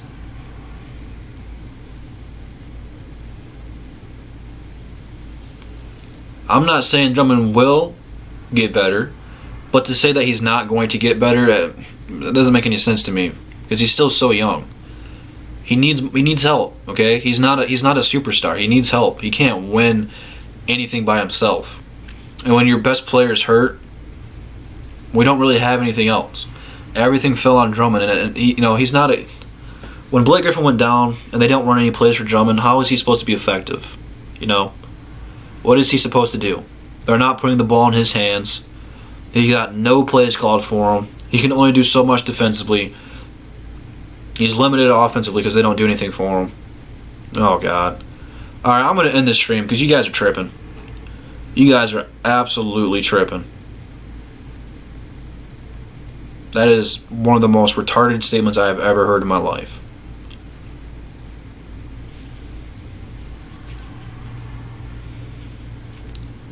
He's improved all of it. What are you talking about, Benjamin? What part has he not improved? Answer me that. He's got a more efficient scoring. He's a better rebounder than what he was. He's better defensively. Seriously, he just had a career high on blocks and steals per game. Had a career high in scoring and rebounding. So what has he not improved? He's literally brought something different to the table every year.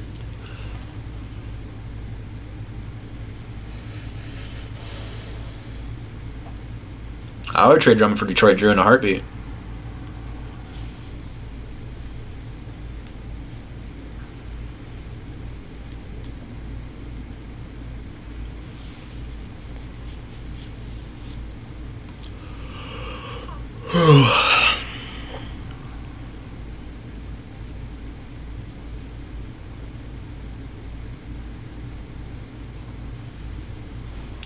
Like I said, man, I haven't said Drummond's perfect. Drummond has his flaws. But to say you're going to trade him for Draymond Green, that is ridiculous. That is terrible. And okay, I'm not just a fanboy here. That's a point for my liking, B-ball. I wish he would grab the ball and bring it down and go back up with it than just tipping it up. That is his problem with the offensive rebounds. That's why he misses so many of them. If he would bring it back down and gather himself because he's so quick on that second bounce, he would have a better chance of dunking it or laying it in or drawing a foul. They're not going to call fouls when you tip it because you don't have possession of it. If you'd bring it down and gather it, he'd get a lot more calls and be at the free throw line a little bit more.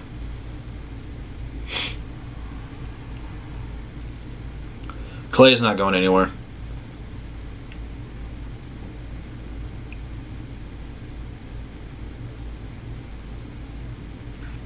Andre is not mediocre. You're right, he needs to slam it. I'm agreeing with you.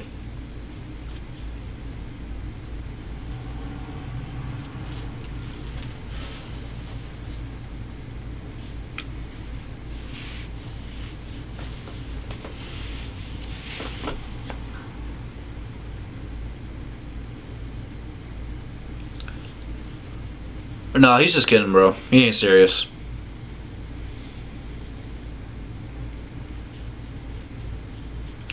Well, no, that he doesn't need to get stronger. He's what, 280, 285. I mean, he's a big dude. He just needs to use it. But that's the problem with just centers in general. You know, they're not trained to use their body. It's all skill nowadays. You know, everyone's falling in love with that 3-point shot. They don't want to be skilled down low. They want to be able to dribble the ball and shoot threes. You know, they don't work the post moves anymore.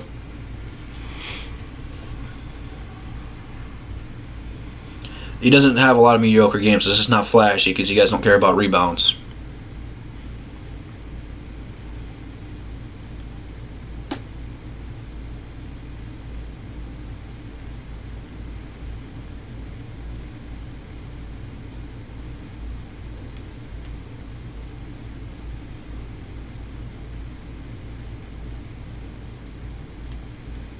Is Zach Randolph still in the league, bro?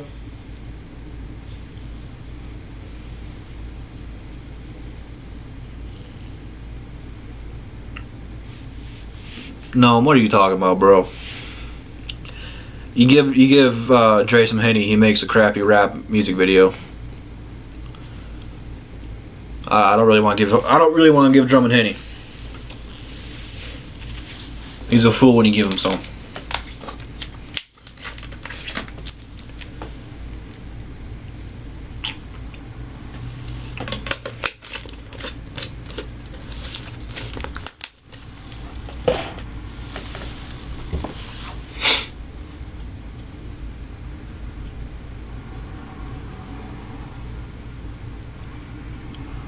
You guys are something else, man. You guys are wild.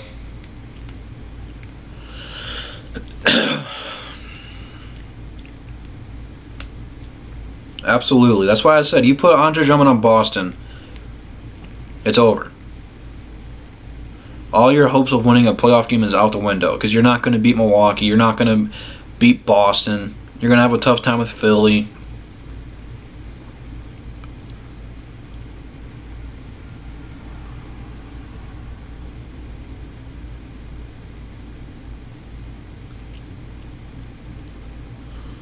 Ugh. Yeah, if he's healthy, you could average that much. I don't really want to overuse or burn out Derrick Rose during the regular season because he's going to ball out in playoff time.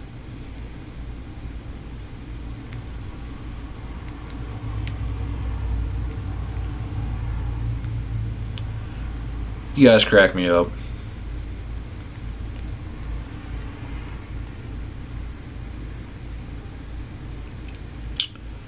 Oh, AJ Green carted off with lower leg injury training camp. Man, that's tough. That is tough. Sucks to be. My left foot.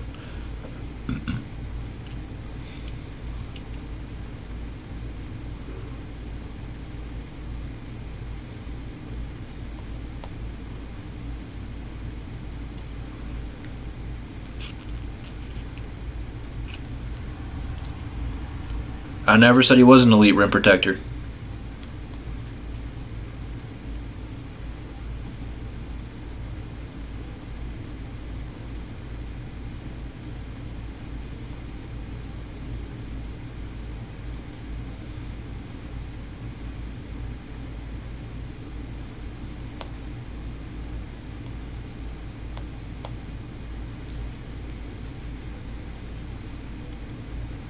You know, the way I look at it is we have turned Andre Drummond into the Matthew Stafford of the Pistons. You know, there's guys who like him and there's guys who don't. And the guys who don't like him don't really look at everything. You know, they see glimpses and they pick it apart.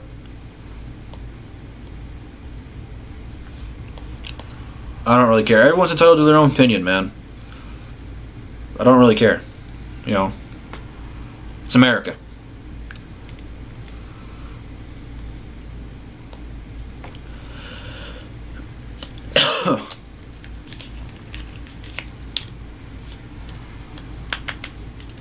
I don't know. The way that Paul Pierce has been talking, I don't know.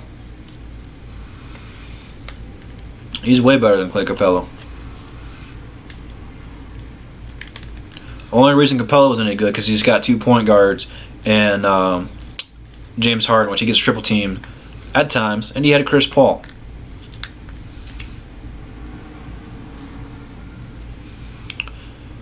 Nothing much, man. Nothing much. Looking for a new job. Rather than that, I ain't doing much.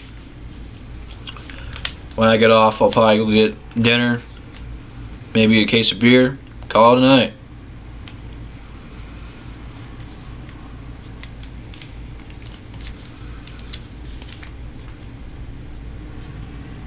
I couldn't read that paragraph. It went up too fast.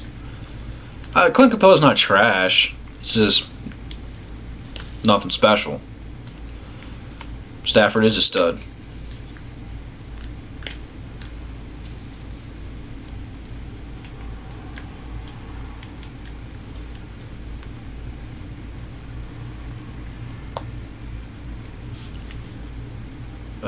Did that super chat pop up in the question?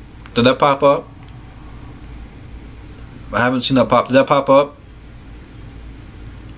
Anyway, John wants me to talk about the Mike Daniels trade. We traded him? I'm assuming you meant signing. Yeah, I talked about it a little bit earlier in the stream. Great pickup for the Lions. Absolutely huge. I couldn't be happier with it. Because the thing about it, who's gonna run the ball? And I'm really concerned that I didn't see that thing pop up there. Maybe I have to set it for a different one. But I think they would have gave me the generic zombie one. I'm disappointed in that. Did I miss it? Did that super chat pop up on the screen? Like, not in the chat, but on the screen? Did I miss that? Because I didn't hear it go off. And I feel like I wasted all this time and energy putting that on there. I mean, hold on.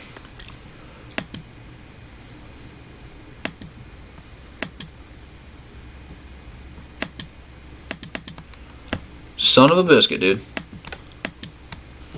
Hold on.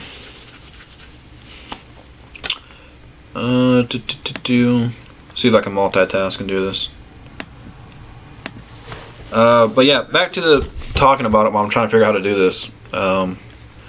Let's put the chat away for a second.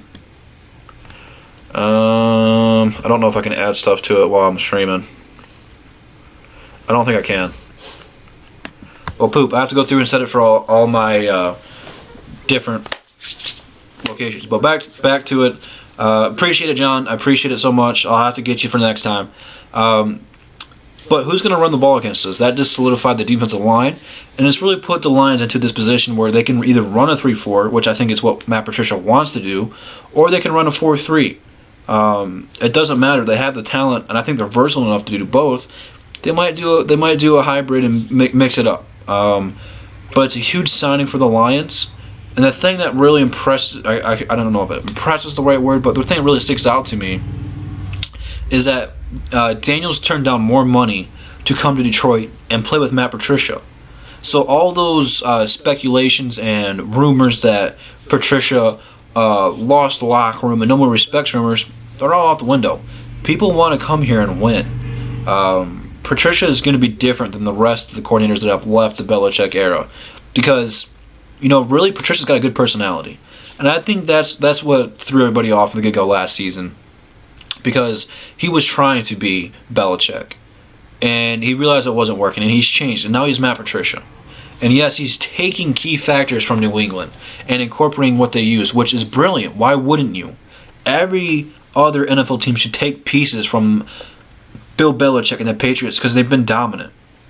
Seriously, they might be, through as a franchise, one of, if not the greatest franchise in the NFL history. I mean, this team is special. I mean, if they win it again this year, there's no doubt about it, because they don't have that much talent offensively. But why wouldn't you take someone away who's won so many championships? I mean, you should be looking at people like the Steelers, the early days of the Cowboys, early days of the Packers, and really take all these different championship formulations and combine them. Well, I just don't understand why you wouldn't want to copy that. It's like the NBA. The NBA is a copycat league. The Warriors came in and started shooting threes and winning championships, and everyone started shooting threes. This is the same thing with the NFL. Really, usually the AFC is really a run-heavy defensive battle. Usually, you think of the AFC North, you always run the ball and play hard-nosed defense. And then the NFC's really got some gunslingers and some really talented quarterbacks. But, there's always different teams out there. But it's your job as a coach, as a GM, to take the best qualities of championship teams and incorporate them. And not everything's going to work based on your talent and your schemes. So you have to make it your own.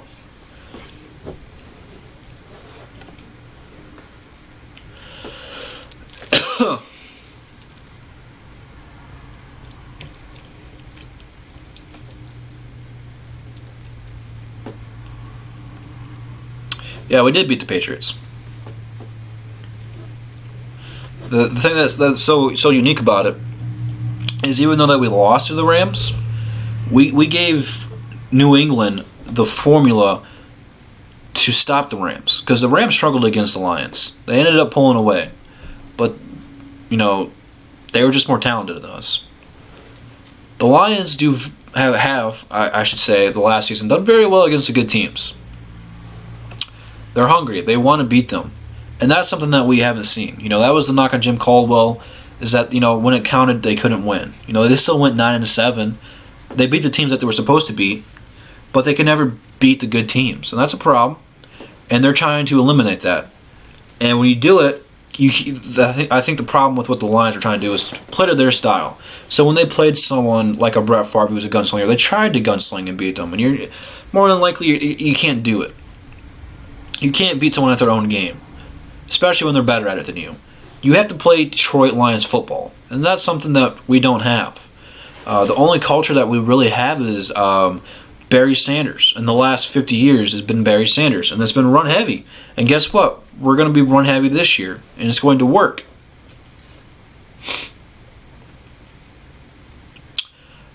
New England only really paid they paid Stephon Gilmore, which it worked out for him. He made some big plays for him in the playoffs. They paid Gronk, and they paid Brady. That was pretty much it. Everyone else was replaceable.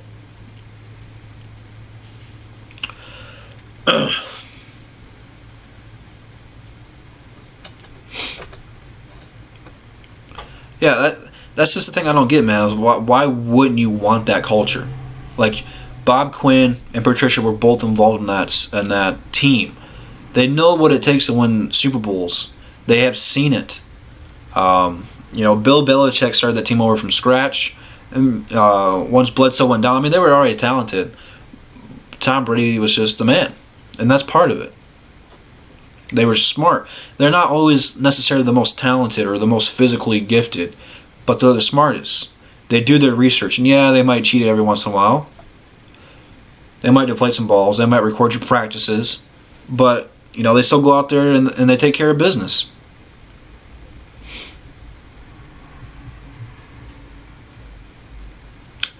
Yeah, but compared to the rest of the, okay, let me fix what I said. Brady should be the highest paid player, but he's still making good chunks of money. But they don't really go out of their way to play other people. Like, they would take care of Brady if he wanted it. But Brady doesn't. He wants a team around him. Because Brady seems the line in the sand. Brady's what, 40, 41? He can't play this forever. He said he wants to play till 44, 45. He's taking budget cuts so he can win some more Super Bowls. But I guarantee you they would pay Brady. That curse was supposed to be lifted by now.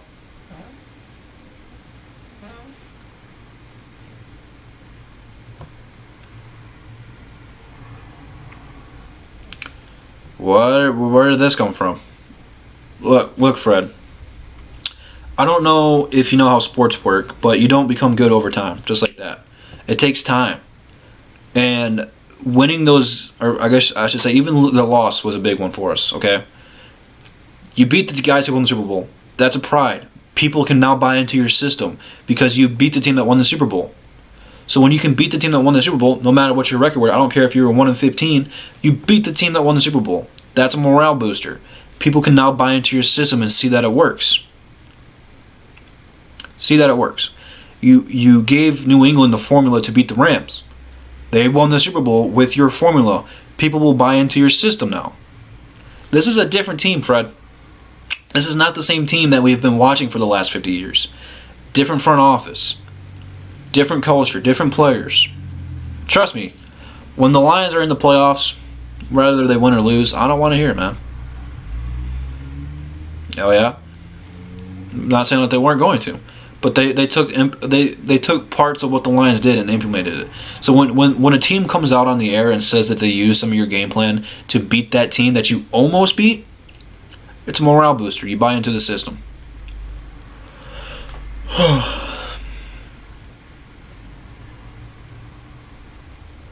It was Gronk and Stephon Gilmore. No, I don't. No, I don't think Martha Ford will allow it. There's not that many quarterbacks. I would rather take Stafford that are going to be available. Anyone that's going to be available is not going to really be that good. You really don't see too many good quarterbacks get traded.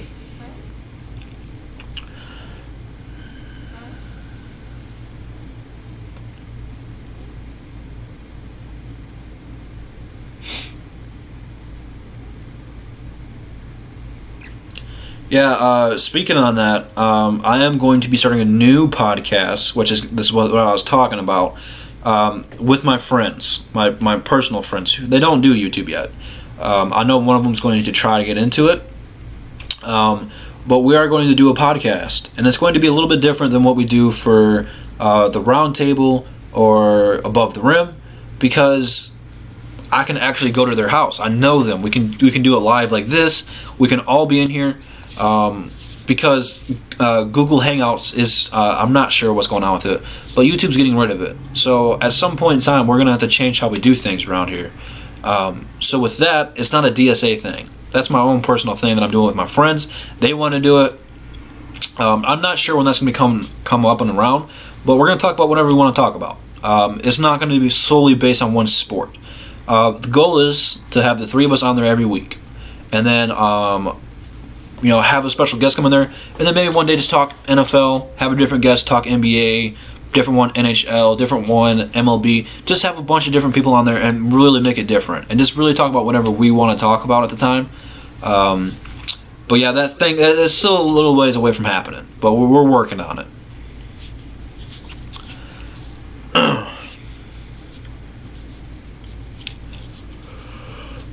Oh God.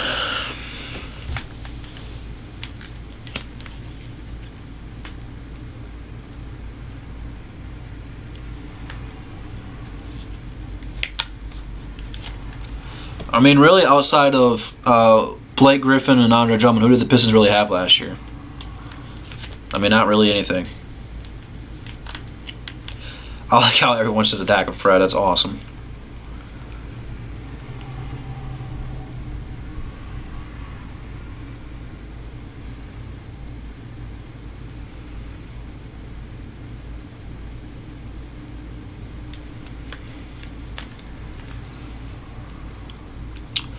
I don't really get the whole point of being negative about the teams. Like, what do you get to gain out of it?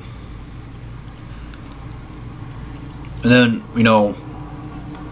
whenever, the Lions, the Pistons, the Wings, or the Tigers are good again, you'll be back. You'll be back. You're just a bandwagon fan. You don't go through the rough times, You puss out, you beat around the bush. You don't want to come here and suffer. So when the glory's here, it won't mean nothing for you. Whenever the Lions win a Super Bowl, and it's bound to happen, there is a small percentage of it happening. It's going to happen at some point. It's going to be so much more sweeter for the guys who have been here and suffered through all of this, and the guys who've picked different teams to bandwagon around.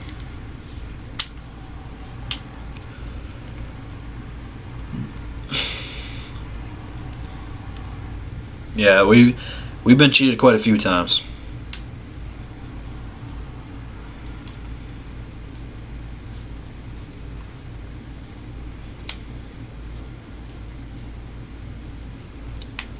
I'm not denying that the Lions have been bad, but you can't say in good faith and a good conscience that this team does not feel different to you. The Lions have not had a sense of direction or a goal or a culture since the 57. Ever since then, it's been downhill. And the closest thing we had was Barry Sanders, and that was all that we had. We had some good players, but they didn't really have an identity. It was just really Barry or bust. You can't tell me that this team doesn't feel different to you. And I'm not saying that they're going to win the Super Bowl this year, but they should be a prime candidate to contend with the Bears to win the NFC North division. They might make the wild card. I'm cool with that. You can't really expect this team to be that good overnight. Patricia's done a semi-rebuild. He really inherited Jim Caldwell's team, who was a good team. They went constantly 9-7, but he's changing the culture. Yeah.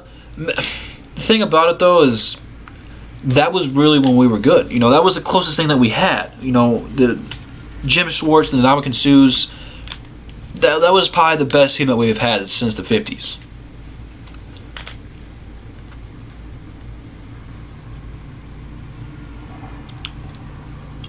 How is that this team's fault?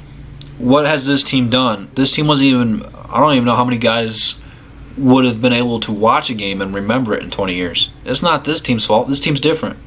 This team wasn't playing football 20 years ago.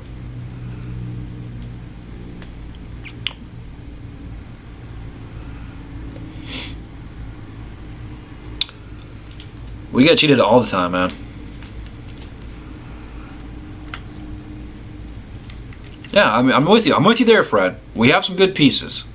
I'm not necessarily sure how good we're going to be yet, but you have to admit, dude, we have a lot of potential, man. You can't deny that. There are some bright rainbows shining over the horizon.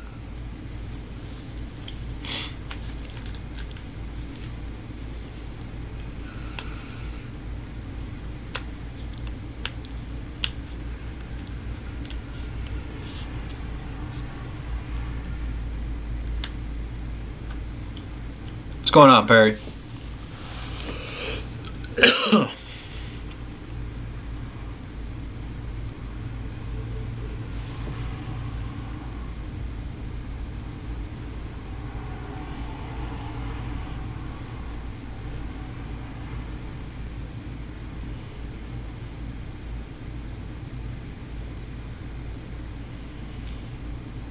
Yeah, man, Antonio looks garbage already.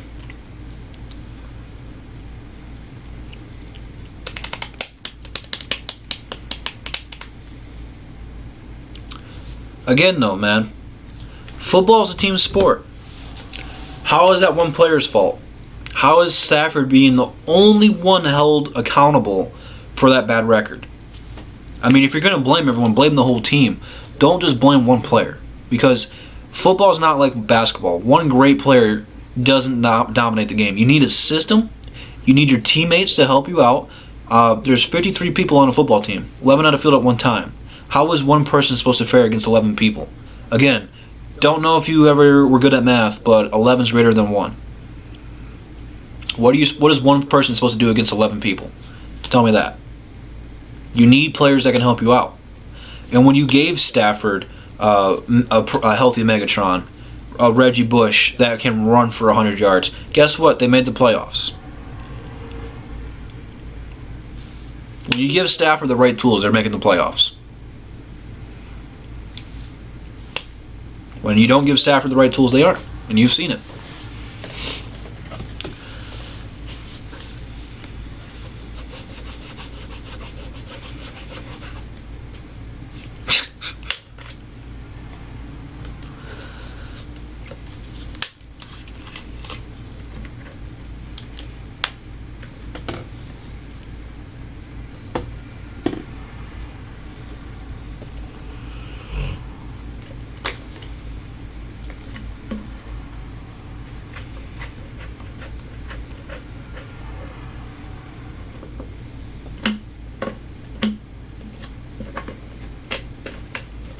You guys are killing me with these long paragraphs, man. My eyes are going blurry trying to read all this. I'm a slow reader, too. So if I'm ever just, like, looking at the camera or whatever, and I'm not saying nothing, I'm trying to read your comments, but it's kind of hard sometimes because you guys comment fast, you guys write a lot.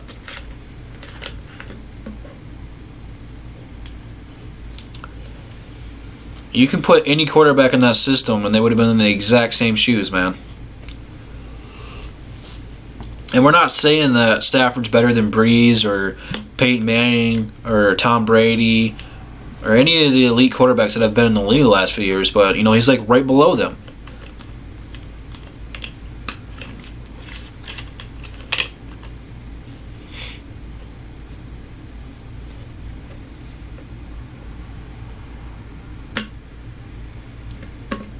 Yeah, this chat's pretty wild, man. We've been streaming for 2 hours. That's pretty crazy, man. That doesn't feel like 2 hours, but alright. With that being said, since I realized how long we've been streaming, I am going to go ahead and end it. I'm going to go ahead and get some dinner and probably a couple of brewskis and have me a good night. But before we go, Instagram, Twitter, in the description. Be sure to follow me both there if you guys have not already. And the entire DSA links are in the description. Be sure to check them out. We should have Above the Rim Monday, 8 o'clock. I think, I'm not sure if that's going to be on my channel or not. I'll let you guys know when I know.